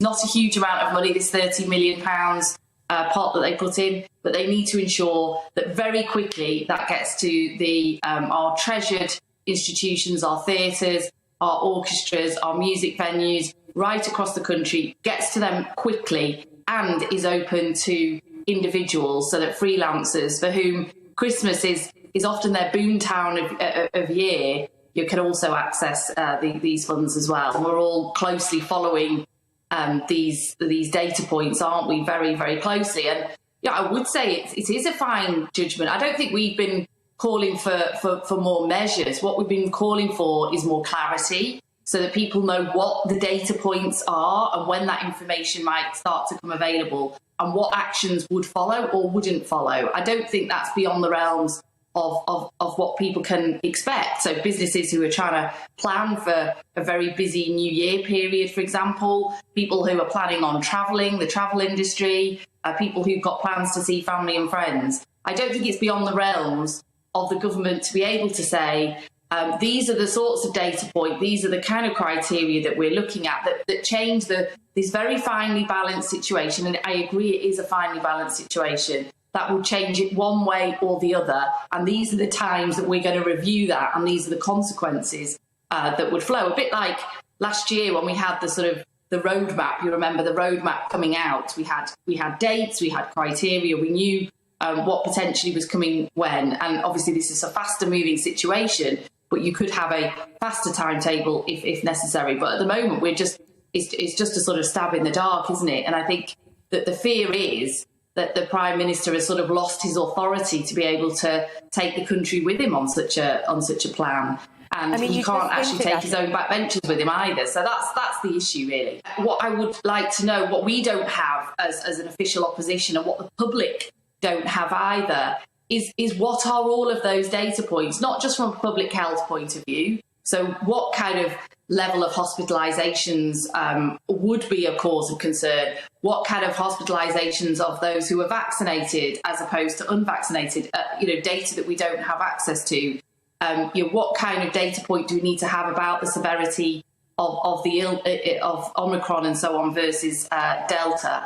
What kind of level of infections? What are the range of data points that the government is looking at, as well as the economic impacts, as well as the mental health impacts and all of those things? What is it that they're going to make their assessment based on? I don't think that's a difficult question to ask them, so that then we're all clear as well about what these decisions are being based on, rather than just a kind of, it's just a feeling, we've had a kind of political discussion and I'm not sure I can take my cabinet with me or not. I think that's the fear, that this is it's in that realm rather than in a realm of here are a range of issues that we're looking at, and here's what we need to see in order for us not to go into further restrictions, or here's what we need to see that unfortunately will mean further restrictions, and what would those restrictions be and when might they come in? Yes, absolutely. Well, the arts are in peril, aren't they, yet again now? Yeah, no, I think it's really, really sad. I think, the arts and cultural sector is some of the beautiful elements of living in a society, theatre, cinema, music. If they are strangled by all of this restriction, then I think that will be a huge loss to public and social life in this country. Yeah, 100%. Some people pointing out, actually, though, to be fair, maybe a little bit of a hypocrisy there, because if Labour were in power, England would have been in lockdown like Wales. This, according to Janice, the majority of businesses would now be bankrupt. Good point. Also, I suppose Labour maybe would counter that by saying they'd have just given them more money, in which case we'd all be skint. Well, yeah, keep all of your views coming, gbviews@gbnews.uk. It's time to remind ourselves there's always another winter. Canary Islands sponsors the weather. Hello again. A cloudy and damp day to come across northern and eastern parts of the UK, whilst it turns brighter and milder towards the southwest following earlier rainfall. It is cold, though, for the far north. That cold air has been pushed out of the way by milder southwesterlies, low pressure to the west of the UK, and two weather fronts now steadily moving across the country, tending to merge together. So I think for many, it's a cloudy afternoon, a lot of grey sky, and a damp one for parts of eastern England, more persistent rain for northern England, moving through Northern Ireland and then pushing into much of Scotland, falling as snow off the tops of the mountains in Scotland, whilst it stays drier and colder in the far north of Scotland. And it brightens up with mild air here across Wales and the southwest. Some sunny spells through the afternoon and clear skies developing across the southern half of the UK overnight, with a few fog patches forming. Whilst it stays damp across Scotland, mostly the persistent rain to the north of the central belt and falling as snow to lower levels, 200 to 300 metres, settling above 400 metres, could cause some issues on the roads, I think, first thing Christmas Eve. And for much of England, Wales, Northern Ireland, a dry start to the day, but watch out for that fog first thing, could be slow to clear. Where we avoid the fog and the low clouds, some signs of brightness through the central swathe of the UK before some heavy and persistent rain moves in from the southwest by the afternoon. The rain and mountain snow peter out across Scotland and northern England. Sunnier spells for the far north of Scotland, cold air here, and then really a three-way split for Christmas Eve, with this area of rain moving through central areas, Northern Ireland, North Wales, into parts of the Midlands and the southeast. To the north, much colder and clearer skies, whilst to the southwest it stays mild with some blustery showers moving in. It's going to be a windy Christmas day for many, rain through central areas, cold and bright in the far north. Canary Islands sponsors the weather.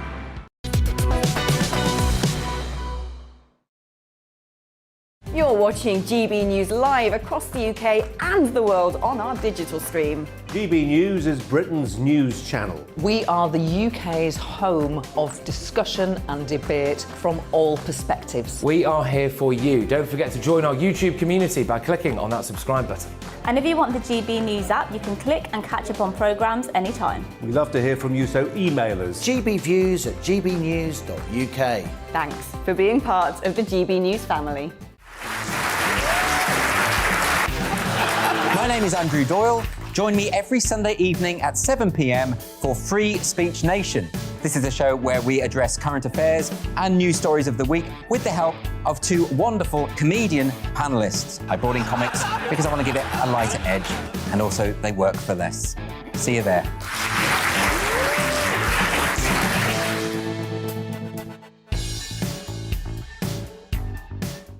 Join my show Farage, 7 p.m. till 8 p.m. Monday through Thursday, and there you will get opinion, analysis, debate, and I'll cover stories that nobody else dares to touch.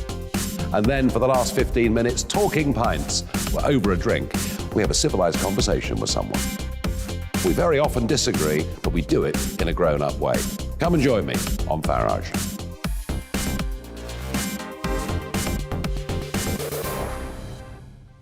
I'm Colin Brazier.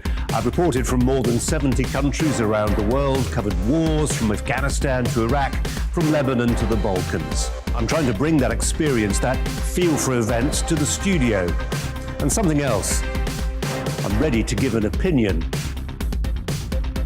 Today's stories with a spark. Brazier from 8 p.m. weekdays on GB News.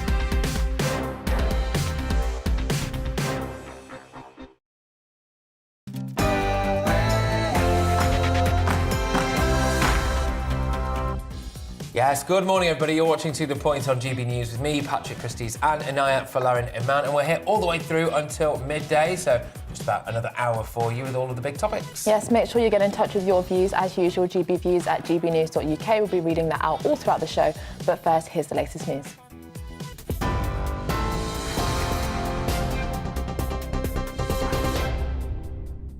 Good morning, I'm Tamsin Roberts. This is your news at 11 o'clock.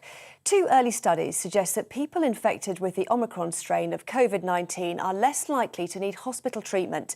Imperial College London, which led one of the studies, found people with the variant are up to 45% likely to stay in hospital than those with the Delta strain. But research coming out of Scotland warns the mild nature of Omicron may be offset by its high level of transmission. The latest government data has recorded over 106,000 new daily COVID-19 cases. Dr. Andrew Preston told GB News there's still many unknowns about the new variant. It does appear, at least in the cases we've seen, as you've just stated, that you do have a reduced risk of ending up in hospital if you do catch Omicron. But on the flip side, you've got a far greater risk of catching it in the first place. So how those two balance out as it spreads through into the older population, those with comorbidities, we still just don't know, I'm afraid. Meanwhile, Labour is calling for the government to act urgently to support the theatre industry. Shadow Culture Secretary Lucy Powell told GB News the government's insurance policy isn't robust enough. At the government's insurance scheme, a very expensive scheme that it set up many months ago for the live event sector, had that covered all aspects of potential sort of COVID interruption, not just the eventuality of a national lockdown. And many of these productions could have found themselves covered by insurance, which is what you would expect if a theatre show has to be cancelled due to an outbreak of a virus across the crew. Scotland's Deputy First Minister says nightclubs will be closed in the country for at least 3 weeks from December the 27th. This comes on top of measures announced earlier this week by Nicola Sturgeon, which saw the return of additional restrictions. They include the requirement for 1 metre social distancing and a maximum capacity of 100 at a standing indoor event. Clubs now won't be able to operate without appropriate social distancing between groups and table service. The Welsh Government is making £120 million available for businesses impacted by new restrictions. Businesses operating in the retail, hospitality, leisure and tourism industries, along with their supply chains, will be eligible for the funding. From Boxing Day, a revised version of Alert Level 2 is being introduced in Wales. It'll see groups of no more than 6 people allowed to meet in pubs, cinemas and restaurants.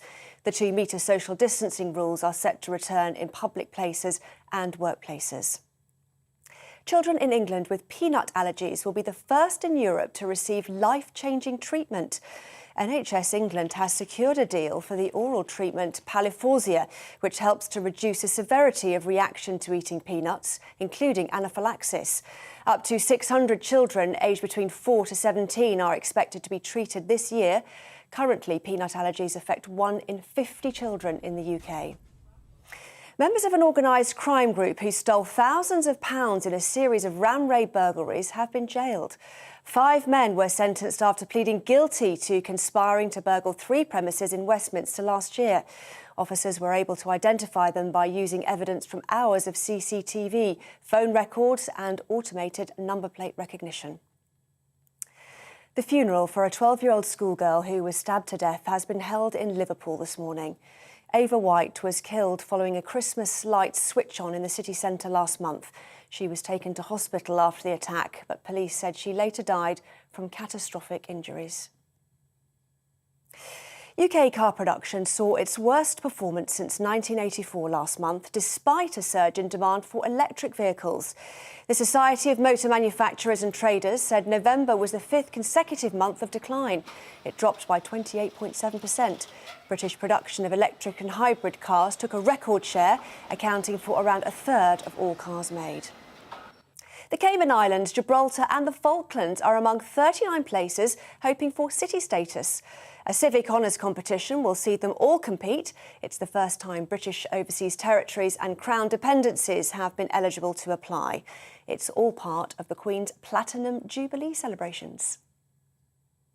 Well, that's all for now. I'll be back with the latest headlines in half an hour. Now, though, let's return to the point.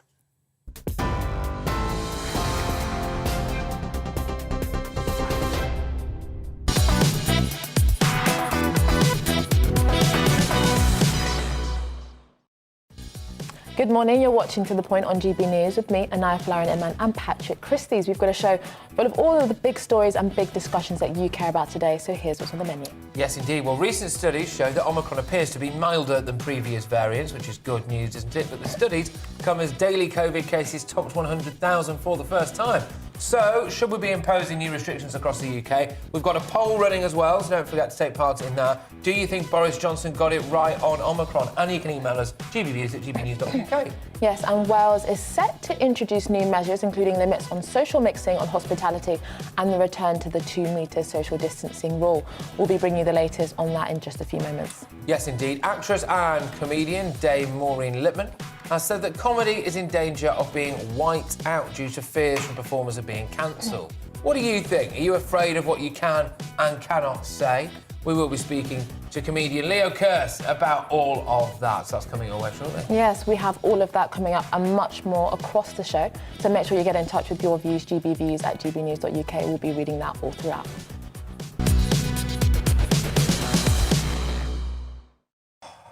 Right, well, Wales has announced a new wave of restrictions and social limits to tackle this Omicron variant of coronavirus. The First Minister, Mark Drakeford, has encouraged people to limit social mixing, but to take lateral flow tests if they do decide to meet others. Yes, the new rules start on the 26th of December and include no more than 6 people will be allowed to meet in pubs, cinemas and restaurants. The 2-metre social distancing rule will return in public spaces, and hospitality venues will be table service only, with compulsory face masks, and contact tracing will be making a comeback. Making a comeback. It sounds like it's back for their much-anticipated second album.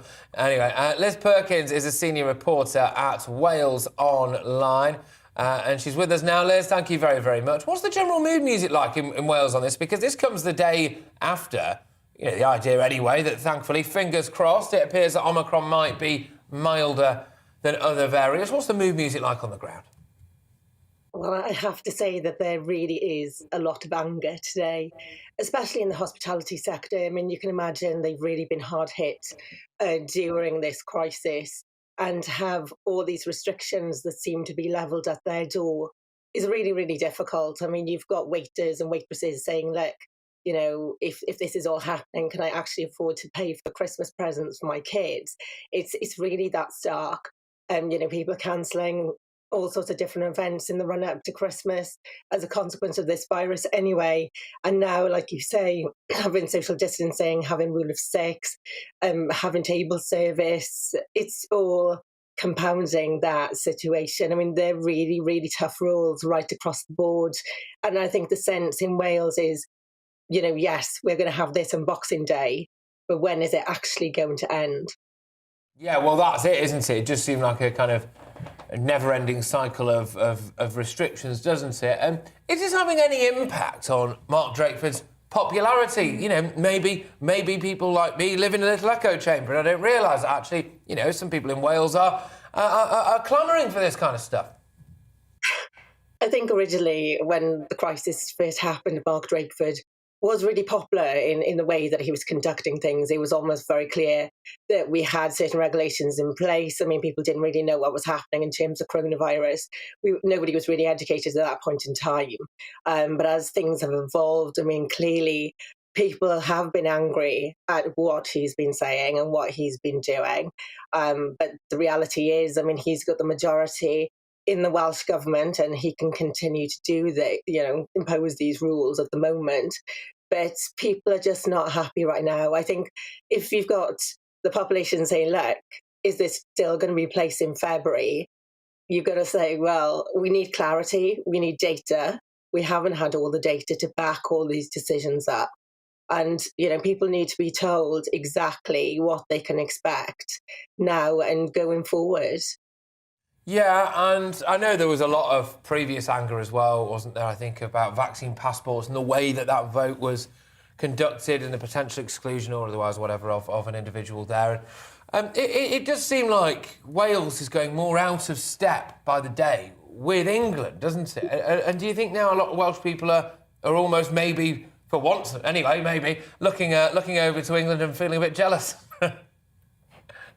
Well, this is the trouble, isn't it? I mean, some people who are living on the border may be thinking, oh, let's just slip into England and just abide by a different set of rules. And that clearly happened during this crisis so far. I mean, so who is to say that is not going to be the case now? I know that people from England were coming to Wales when the restrictions were easier and vice versa. So, I mean, you can't really stop people. If that's what they're going to do, that's what they're going to do.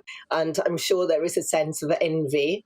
But I guess we've got to see how Boris Johnson is going to go forward in his plans in the future and how that's all going to shake out. And hopefully we will have a sense of what's going to happen sooner rather than later.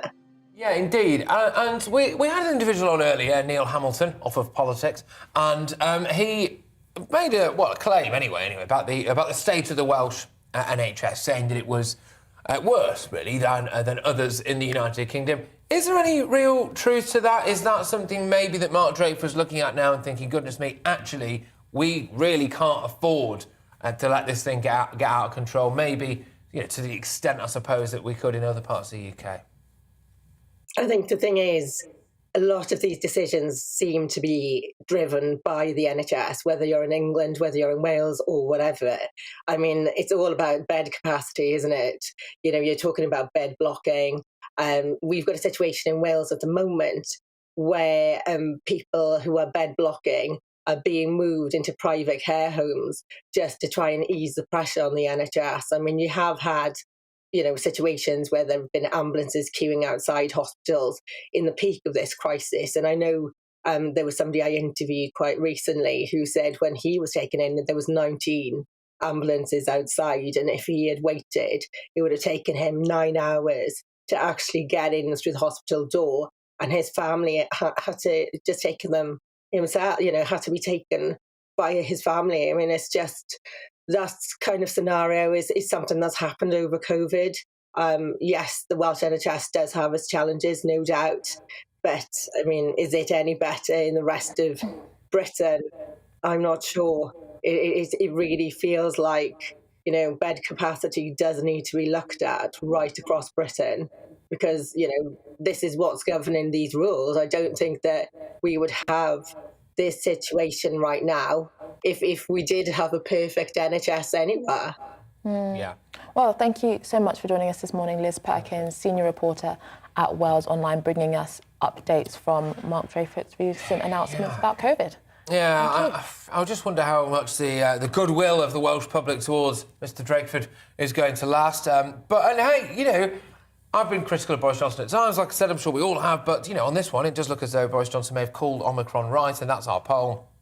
We're asking on Twitter, at GBNews, do you think Boris Johnson called Omicron right? And 63.9% of you are saying yes so far. That poll is, of course, still live, so you can cast your vote. Yes, and let's get a few GB views. This is my favourite part of the show. I love GB views. You like the woman of the people? Yeah, I love hearing what people think about these issues. I've got a GB views from Mike. He says, we all got vaccinated from TB, smallpox, polio when we were young, and it was compulsory. The COVID vaccination should also be compulsory. This anti-authority-minded, human rights-thinking clowns that think they know it all should be brought to heel. Brought to heel? Goodness me, there you go. That's interesting. You see, that sums it up, doesn't it? We really do have a range of viewers here because a lot of you, to be fair, well, not certainly pretty distrustful of big rules and big government and big state and nanny statism and all this stuff. Well, as you still, you get people like that who think that we should have mandatory vaccinations, and we're a broad church here. Yes, and Sandy Phillips says, we in Wales are absolutely furious with Mark Drakeford and his draconian approach to COVID. Make no mistake, he is a disaster. We have the highest death rate of the 4 nations. And yeah, well, strong words from Sandy Phillips. Yes, indeed. Keep these views coming in. It's been fantastically well emailed in to show this today. Please remember that a lot of people die with COVID, not of COVID. Yeah, that's an important distinction.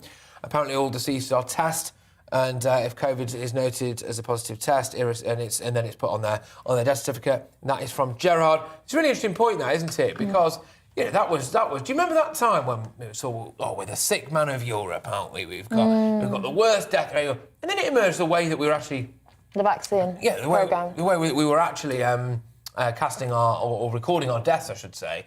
Yeah, basically, you couldn't recover from COVID, and all of a sudden it went very quiet, didn't it, for a lot of people? But also, when our vaccination programme started doing very well, all of the criticism became very quiet. I mean, I remember at the very beginning of the pandemic, we were hearing Germany was, the model, New Zealand and Austria the model. We don't hear that anymore.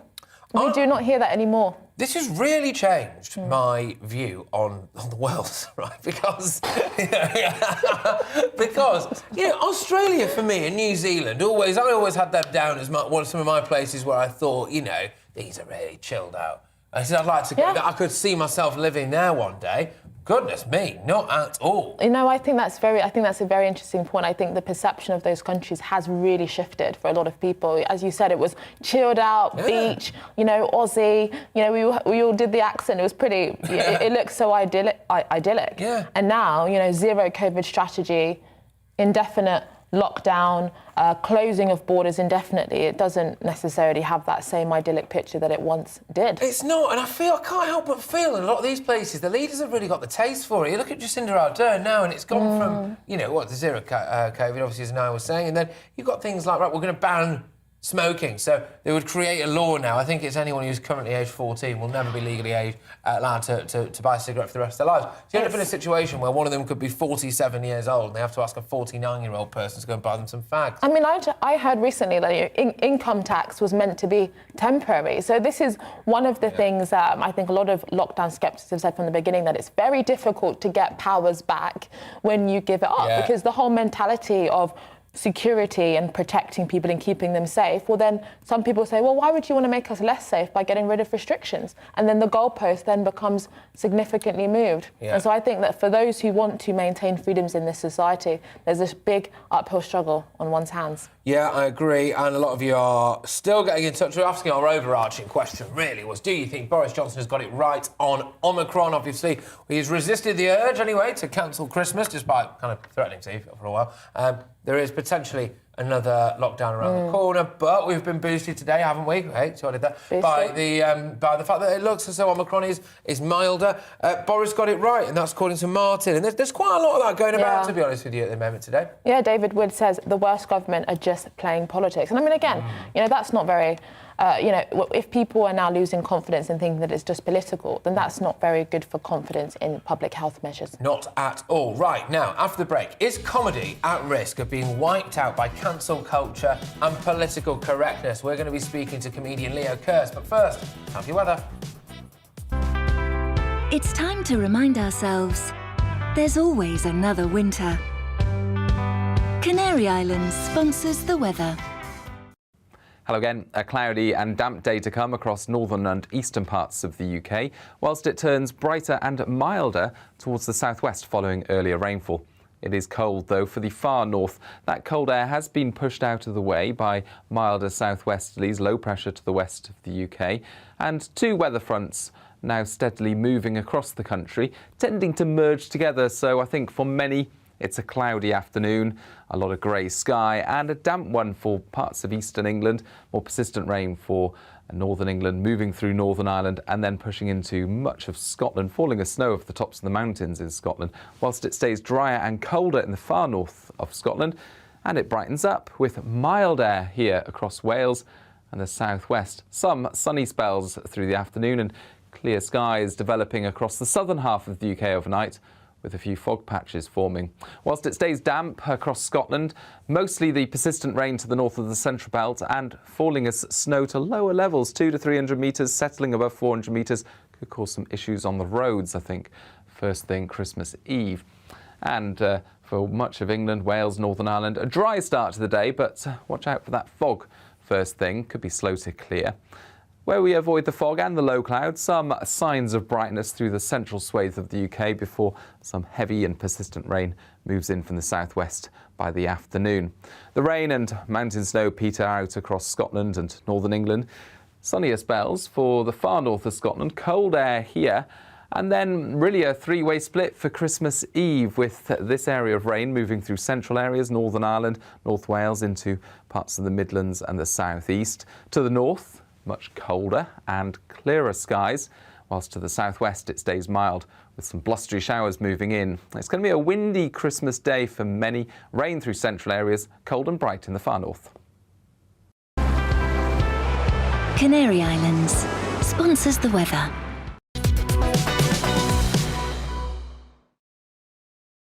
You're watching GB News live across the UK and the world on our digital stream. GB News is Britain's news channel. We are the UK's home of discussion and debate from all perspectives. We are here for you. Don't forget to join our YouTube community by clicking on that subscribe button.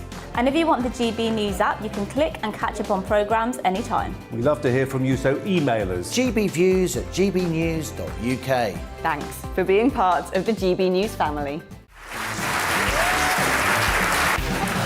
My name is Andrew Doyle.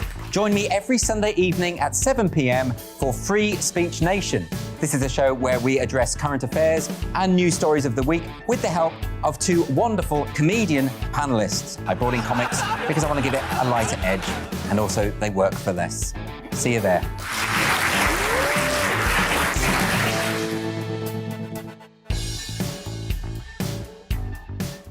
Join my show Farage, 7 p.m. till 8 p.m. Monday through Thursday, and there you will get opinion, analysis, debate, and I'll cover stories that nobody else dares to touch. And then for the last 15 minutes, talking pints. We're over a drink. We have a civilised conversation with someone. We very often disagree, but we do it in a grown-up way. Come and join me on Farage.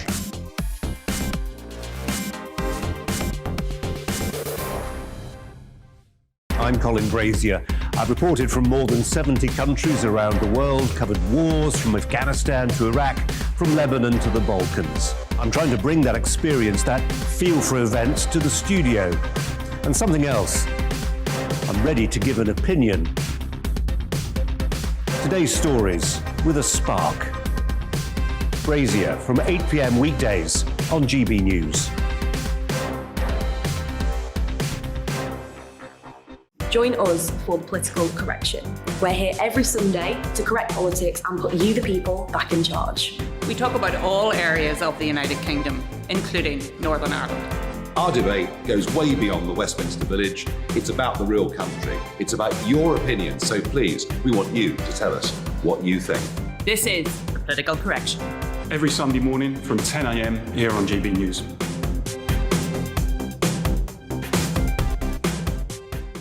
You're watching GB News live across the UK, the world, and our digital stream. GB News is Britain's news channel. We are the UK's home of discussion and debate from all perspectives. We're here for you. Don't forget to join our community by hitting the subscribe button. And download the GB News app so you can click and catch up on programmes anytime. We love to hear from you. Email us at gbviews@gbnews.uk. Thanks for being part of the GB News family.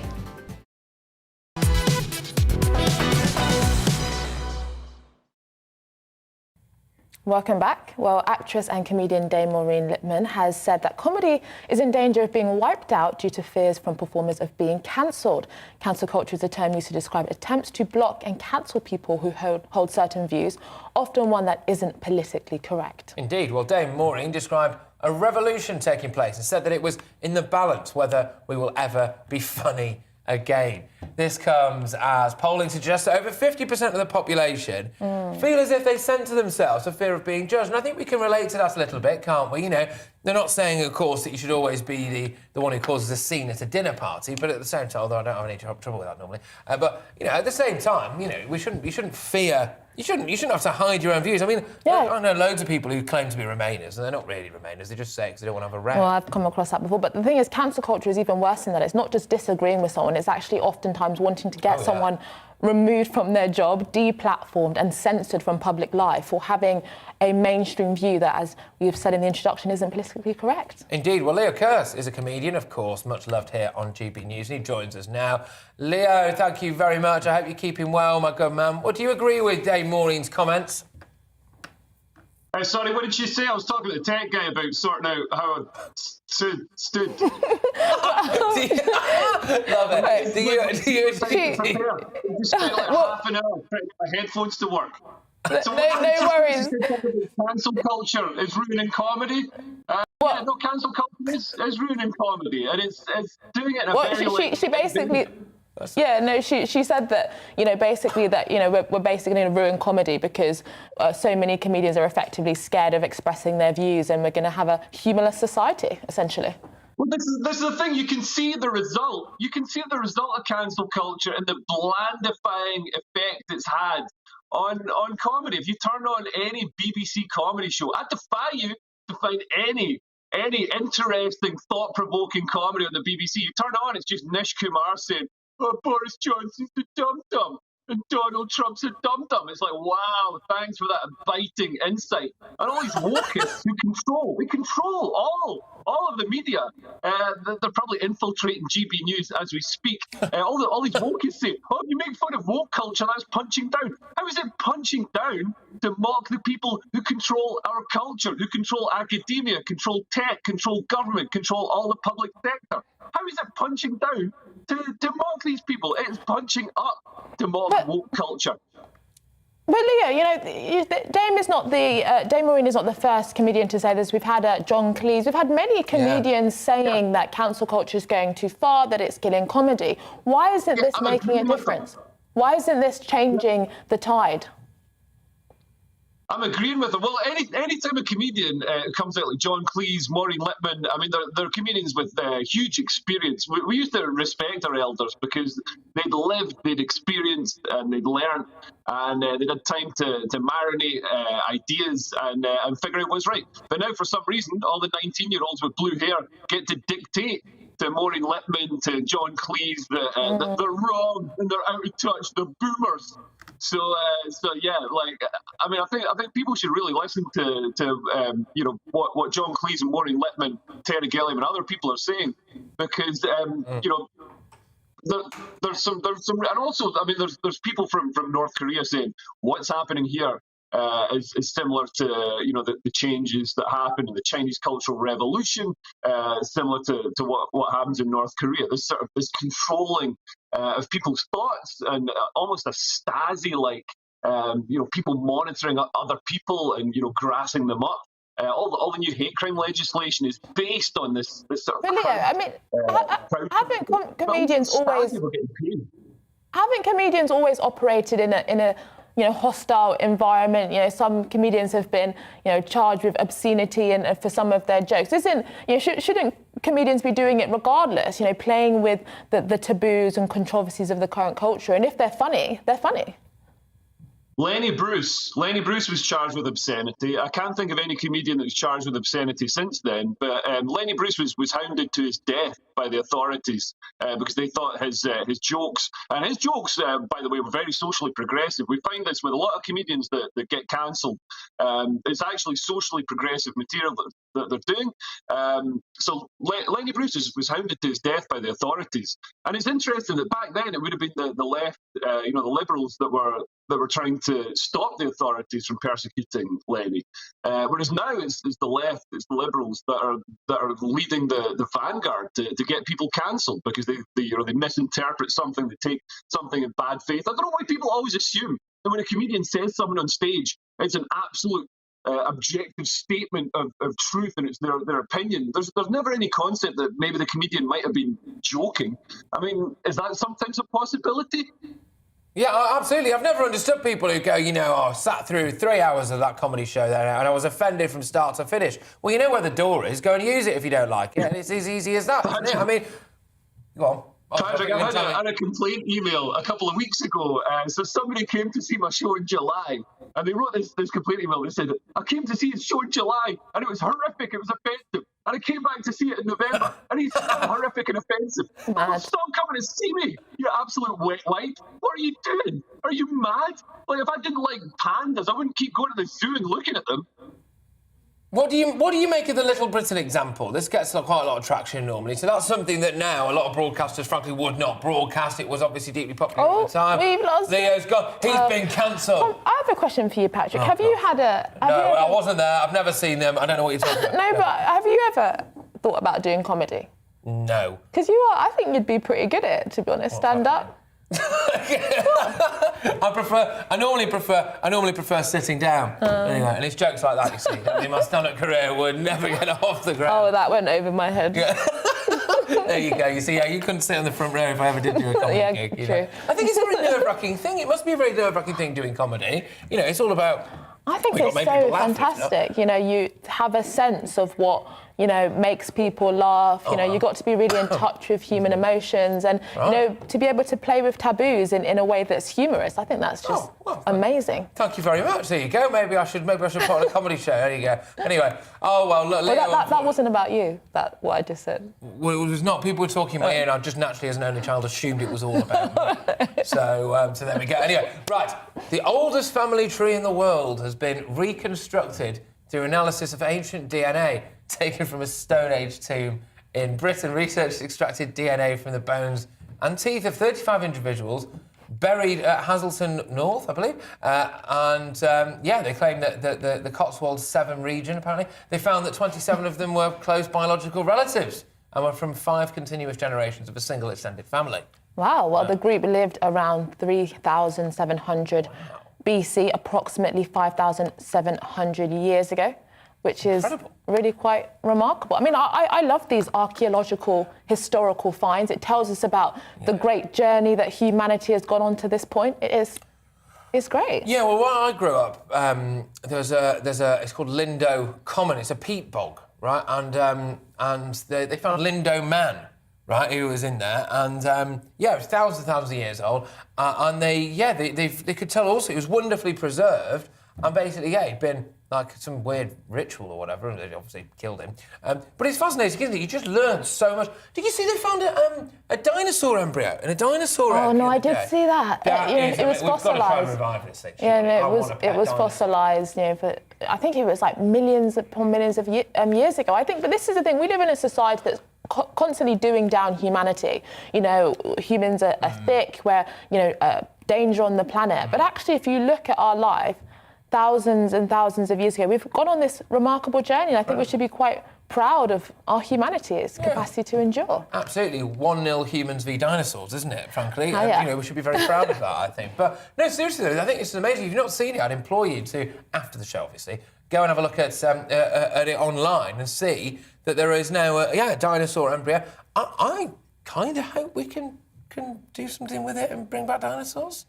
Although I just did have it in my ear then that there are a couple of films which prove that that's quite a bad idea. Yeah, I mean, I think that, after a million years, maybe they've become an alien race and we don't want them to come back and haunt us. Take over. Yeah. Between them and the AI, we're absolutely knackered, aren't we? Anyway, after the break, how are Nans protecting Nans? Yeah, I know. We will be speaking to the managing director of a South Asian restaurant with a novel way of encouraging individuals to take up the COVID vaccine. But before that, let's have a look at the morning news.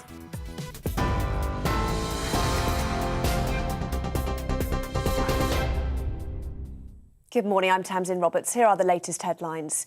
2 early studies suggest that people infected with the Omicron strain of COVID-19 are less likely to need hospital treatment. Imperial College London, which led one of the studies, found people with the variant are up to 45% less likely to stay in hospital than those with the Delta strain. But research coming out of Scotland warns the mild nature of Omicron may be offset by its high level of transmission. Scotland's Deputy First Minister says nightclubs will be closed in the country for at least 3 weeks from December the 27th. This comes on top of measures announced earlier this week by Nicola Sturgeon, which saw the return of additional restrictions. They include the requirement for 1 metre social distancing and a maximum capacity of 100 at a standing indoor event. The measures are thought to impact 150 clubs across the country who now won't be able to operate without appropriate social distancing between groups and table service. The funeral for a 12-year-old schoolgirl who was stabbed to death has been held in Liverpool this morning. Ava White was killed after a Christmas lights switch on in the city centre last month. Police said she died from catastrophic injuries. It's been confirmed the Prince of Wales and the Duchess of Cornwall will spend Christmas Day with the Queen. It'll be Her Majesty's first year without her husband, Prince Philip, who died in April this year. She'll also spend the festivities at Windsor Castle and not travel to Sandringham, as is tradition. That's all for now. You're right up to date. I'll be back with more on all of today's main stories at the top of the hour.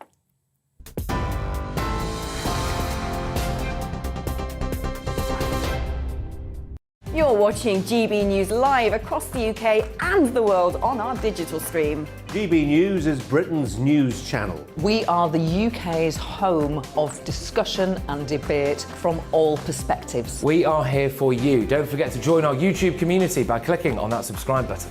And if you want the GB News app, you can click and catch up on programmes anytime. We love to hear from you, so email us. gbviews@gbnews.uk. Thanks for being part of the GB News family.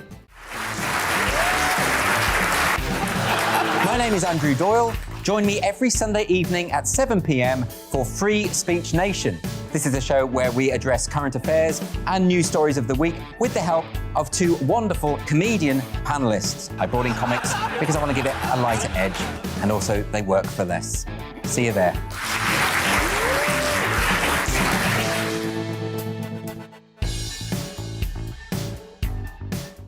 Join my show Farage, 7 p.m. till 8 p.m. Monday through Thursday, and there you will get opinion, analysis, debate, and I'll cover stories that nobody else dares to touch. And then for the last 15 minutes, talking pints. We're over a drink. We have a civilised conversation with someone. We very often disagree, but we do it in a grown-up way. Come and join me on Farage.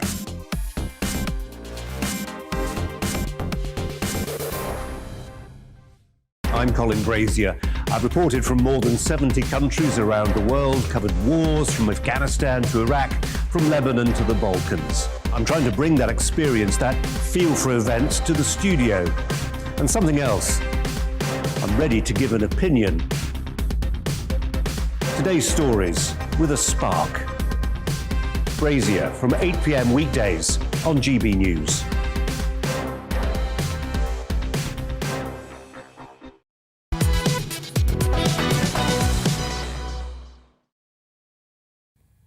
Yes, well, the first Christmas getaway for 2 years has led to high demand on travel routes via road, rail and air. Yes, a survey for Watchdog Transport Focus found that 44% plan to travel to visit friends or family over the festive period.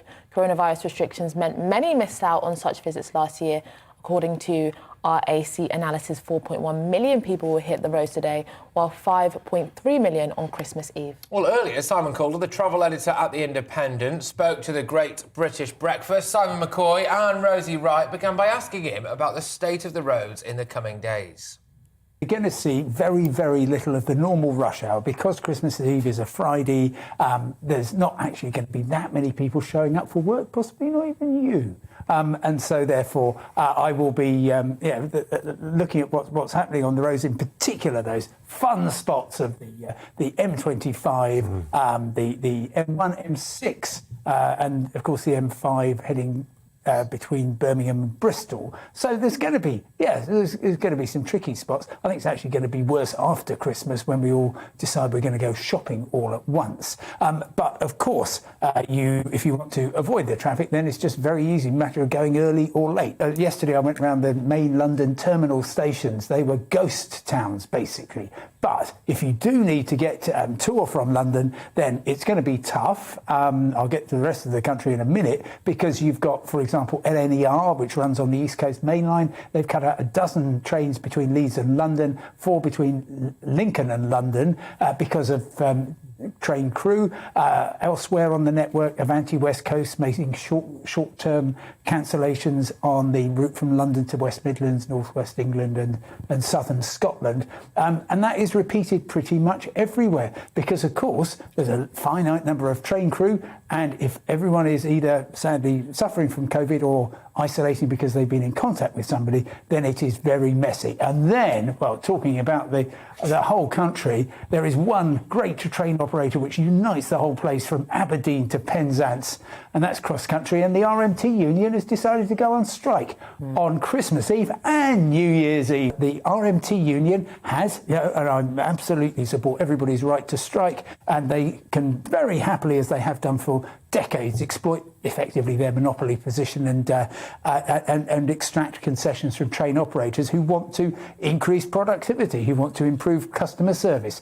And they're doing this. And, as far as the union's concerned, it's probably, we know how this goes. We go on strike and then they cave in.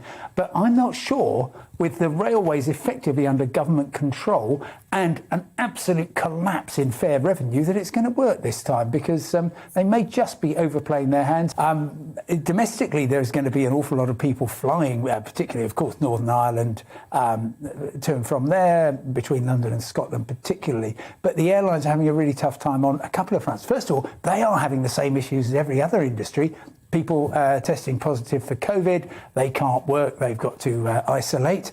On top of that, of course, the rules keep changing. Last weekend, we saw the French coming in with a travel ban, then the Germans coming in with a travel ban. The Austrians overnight have put in more complicated rules. And so the poor old traveller is just thinking, actually, I'll tell you what, I'll stay here. And this is continuing to wreck the airlines' finances at a time of year when they should really be making an absolute mint. It's normally the only profitable time of the entire winter. There's one train operator, Greater Anglia, which has basically just said, we're running fewer trains, not because our excellent staff have COVID, but because there simply aren't passengers. It would be ridiculous to run empty trains. So, I think in the new year we could well see some more scaling down, which is why for anybody in the rail industry it's really important to be absolutely at the top of their game. And anybody who's travelling, please, if you're frustrated because your train's been cancelled, you're going to be an hour late, it's all a complete mess, please be nice to the staff.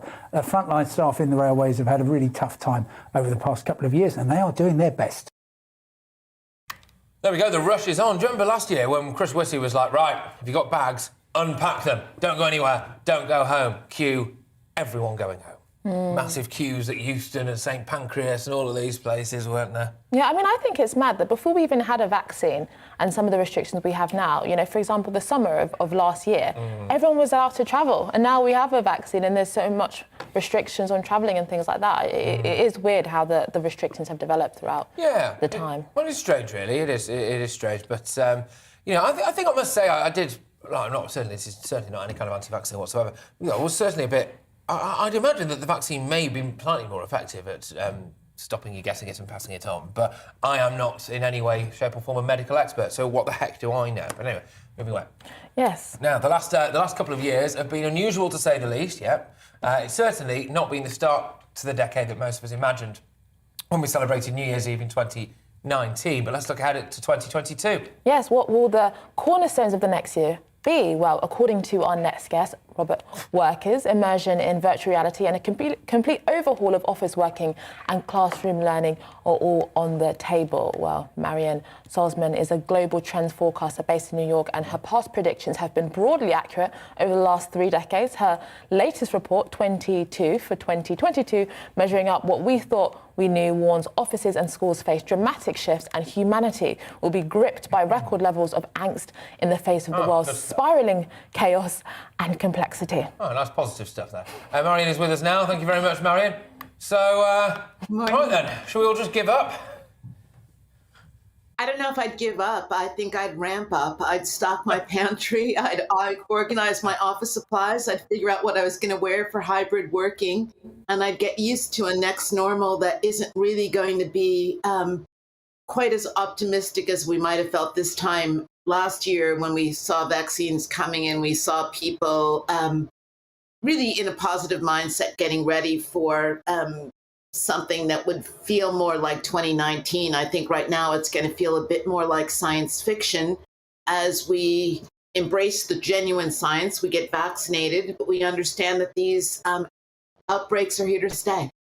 But isn't there, also a problem in a kind of determinism, a sense that, where the direction we're going on is inevitable? Don't we need a sense of human agency which says that actually we direct the future, we make history, and it's really up to us in a democracy, and we shouldn't just be expecting things to go one way when we actually have the power as citizens. And I think you're seeing a trend of people, I mean, I'm calling it almost a hedonism, but it's very unhedonistic, of people bunkering down at home, feathering their nests, creating perfect environments for themselves, environments where they can learn, where they can work, where they can educate their children, where they can prepare nice foods and entertain small groups in their pods, and where they can become political activists, really tackling issues like climate, issues like inequities. So I do think you're seeing a very agile and emotionally robust group that are sort of seeing this as an opportunity to rewrite the rules of what history is going to be like. You're absolutely right. Why are you so convinced that the trends are indicating that we were going to have to stock up our pantries, as you said, and that we might have, continuing chaos and a spiral, a death spiral, human death spiral, essentially? Why are you so convinced that that's what's going to happen?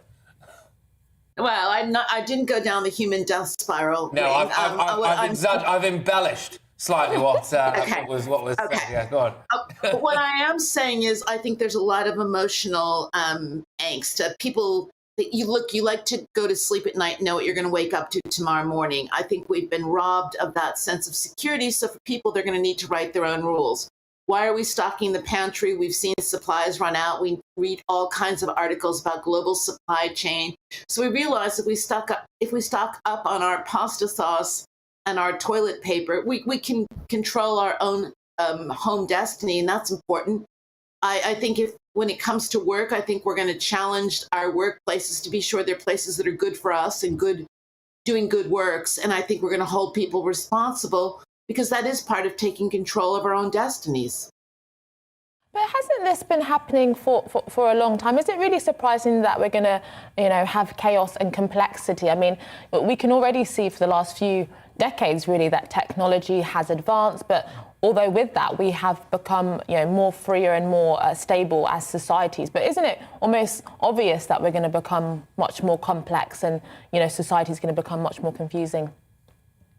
I think it's been a logical transition. If you go back and you think about something like climate change, we've been talking about Mother Nature being angry as hell for more than a decade. That isn't brand new. What is brand new is the degree to which this now touched me, every individual, and has made me very worried about how I fit in. I think up till now and before the pandemic, there was a greater sense of unity, less sense I need to protect myself and the people I love. I think what the pandemic showed us is a little bit we're on our own. And thus the rising importance of self in every way, from the selfie to the self-generated education, the upskilling that people are putting themselves through. It's really about, I've got to take charge of my own destiny because I'm the best one to run it. Well, thank you so much, Marianne Swordsman, a global trends forecaster based in New York, and shares some big predictions for the years ahead following COVID and the pandemic. It's quite a cool job, that. Yeah. Isn't it? A global trends forecast. Well, to me, I'm not a determinist. I think, we as citizens in a democracy can shape our future and make history, and we shouldn't just think that the way society is going to be is inevitable. I'm not. I don't buy the fatalistic worldview. No, I think a lot of people are very negative. Having said that, though, the world did go nuts for a while, didn't it? And I can see why it can be a bit easy to go down. No, but I think, the whole narrative is that we just move from one crisis to another. If it's not the COVID crisis, then it's a climate breakdown. If it's not that, we live in a pandemic of something else. And I think that we need to have a bit of perspective. Human society is much more prepared to deal with challenges than ever in human history. Exactly, and that's because we have geniuses amongst us, people who, when other people, like cream, really, rise to the very top. And talking of which, Tom Harwood joins us now in the studio, a very own political... Every intro, Patrick, every intro, whenever I come on your programme, it just gets better. But how will you top that? Oh, I don't know. Well, the world's genius. Brilliant. I will find a way, Tom. I will find a way. So you've got a show coming up at 12. What can we expect? I do indeed. It's actually the last briefing that I'm presenting of the year. This is, of course, because we're moving into Christmas programming from tomorrow. All very exciting. yes. I know that we're all presenting various days across Christmas, but no,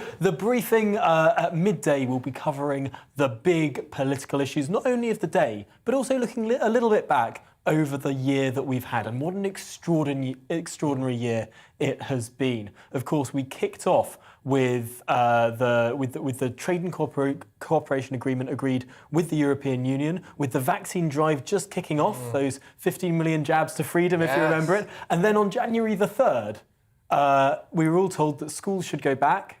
We were getting back to normal. January the 4th, lockdown. Yes. And then we had an extraordinary amount of time. For 3 months in lockdown, it was illegal to sit on a park bench. I mean, I think that it's worth taking a step back and just thinking about the extraordinary times that we've lived through, especially over the last 12 and 24 months. Yeah, incredible, actually. I mean, it's all... You know what? It seems... I don't know about how people feel at home, but it seems longer than a year. I mean, when I think back to... not being able to sit on a park bench. Yeah, it just seemed to me like it was longer than a year ago.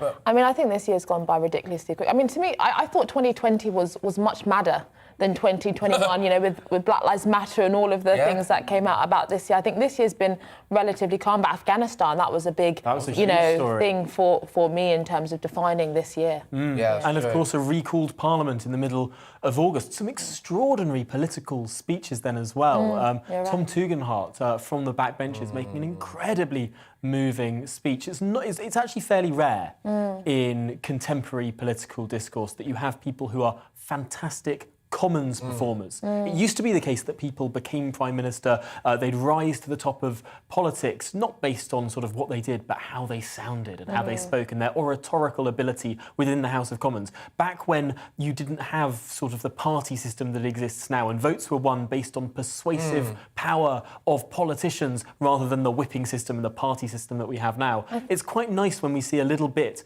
of that old style of politics come back up and the real oratory that we see. Michael Gove was a good example of this as well, back in 2019 with that confidence debate. I don't know if you've seen it, where he did that amazing peroration at the end, and it was an incredibly electric atmosphere. In fact, if you walk into Parliament, if you ever go on a tour of the building, there is a passageway called St Stephen's Passage, which is the footprint of the original House of Commons chamber before it burnt down in 1834. And alongside this sort of passageway, there are statues of the great 1700s, 1800s politicians, and so you've got Pitt the Younger, you've got Lord Falkland, you've got all these, you've got Charles James Fox, all of these huge names, sort of doing their style, and it's almost like we've lost a little bit of that oratory, especially in the last century or so. So finding those moments where that flicker of history comes back is really, really quite nice. Absolutely, yeah. Yeah, I mean, I completely agree. I mean, even in the Labour Party before, you had people like, Tony Benn, who were very good at making speeches and things like that. And I miss that. I mean, obviously I was very young during that time, but when I, read back in the history books, having those towering politicians that spoke well, that really had a deep respect for the public in the sense of needing to actually make the argument and win it out, I think that's much more powerful than the kind of managerial polls-obsessed politics that we have now, unfortunately. It's sterile. These people who are completely led off, okay, well, what will the polls say on this? What will the stats show on this? What are the buzzwords that I've got to get in strong and stable? It's one of the Brexit means Brexit. Brexit means Brexit. All of this stuff, as opposed to actually doing a Tugendhat. Right, and when you can sort of predict what a government's going to do off the back of, oh, it's got a big majority, it will just get that through. There's no sort of meaning to the House of Commons. I think that the House of Commons in recent years, and particularly over Brexit perhaps, became a much more meaningful institution, and maybe drew a little bit of power back away from the executive, away from number 10 and towards the House of Commons, towards the 650 people who are elected rather than the one who is appointed to lead the government. I think that is quite an interesting dynamic, and it is, of course, our history, and history that we should be proud of. Well, Tom, I look forward to it. It's going to be a cracker of a show. Thank you very much for coming into the studio, not once but twice during our show today. We can't get rid of this guy, and we don't want to anyway. So, we've got the final results of our poll, ladies and gentlemen. We decided to do one. Do you think Boris Johnson got Omicron right? Whopping 4.8% of you. There it is. Oh, there it is. There it is. 65 said yes, 35% said no. Well, the people of GB News have spoken, and we say yes, apparently. Apparently Boris Johnson's got it right on Omicron. There you go. Well, there we are. Thank you very much, everyone, of course, as well, who's been emailing in and messaging in and tweeting in. It's been great to have you on board. Can I just do a cheeky little plug? I'm going to be doing Tonight with Dan Wootton with Patrick Christie's this evening, as Dan Wootton takes a well-deserved break. So I'll be on 9 till 11 again. So, yeah, hopefully you can see me there. It'd be nice to have you. Nice to have you on board. Yes, you know, you've been working very hard, Patrick. well done to you. No, it's not really working down a pit, is it really? But it's absolutely, some would say, stealing a living. But anyway, yes, thank you very much, everyone, and thank you as well to everyone who's been wishing us a very, very happy Christmas. Coming up very shortly, it's going to be the one, the only, the man himself, Tom Harwood. I will see you lot again at 9 p.m. See you there. See you soon. It's time to remind ourselves there's always another winter. Canary Islands sponsors the weather. Hello again. A cloudy and damp day to come across northern and eastern parts of the UK, whilst it turns brighter and milder towards the southwest following earlier rainfall. It is cold, though, for the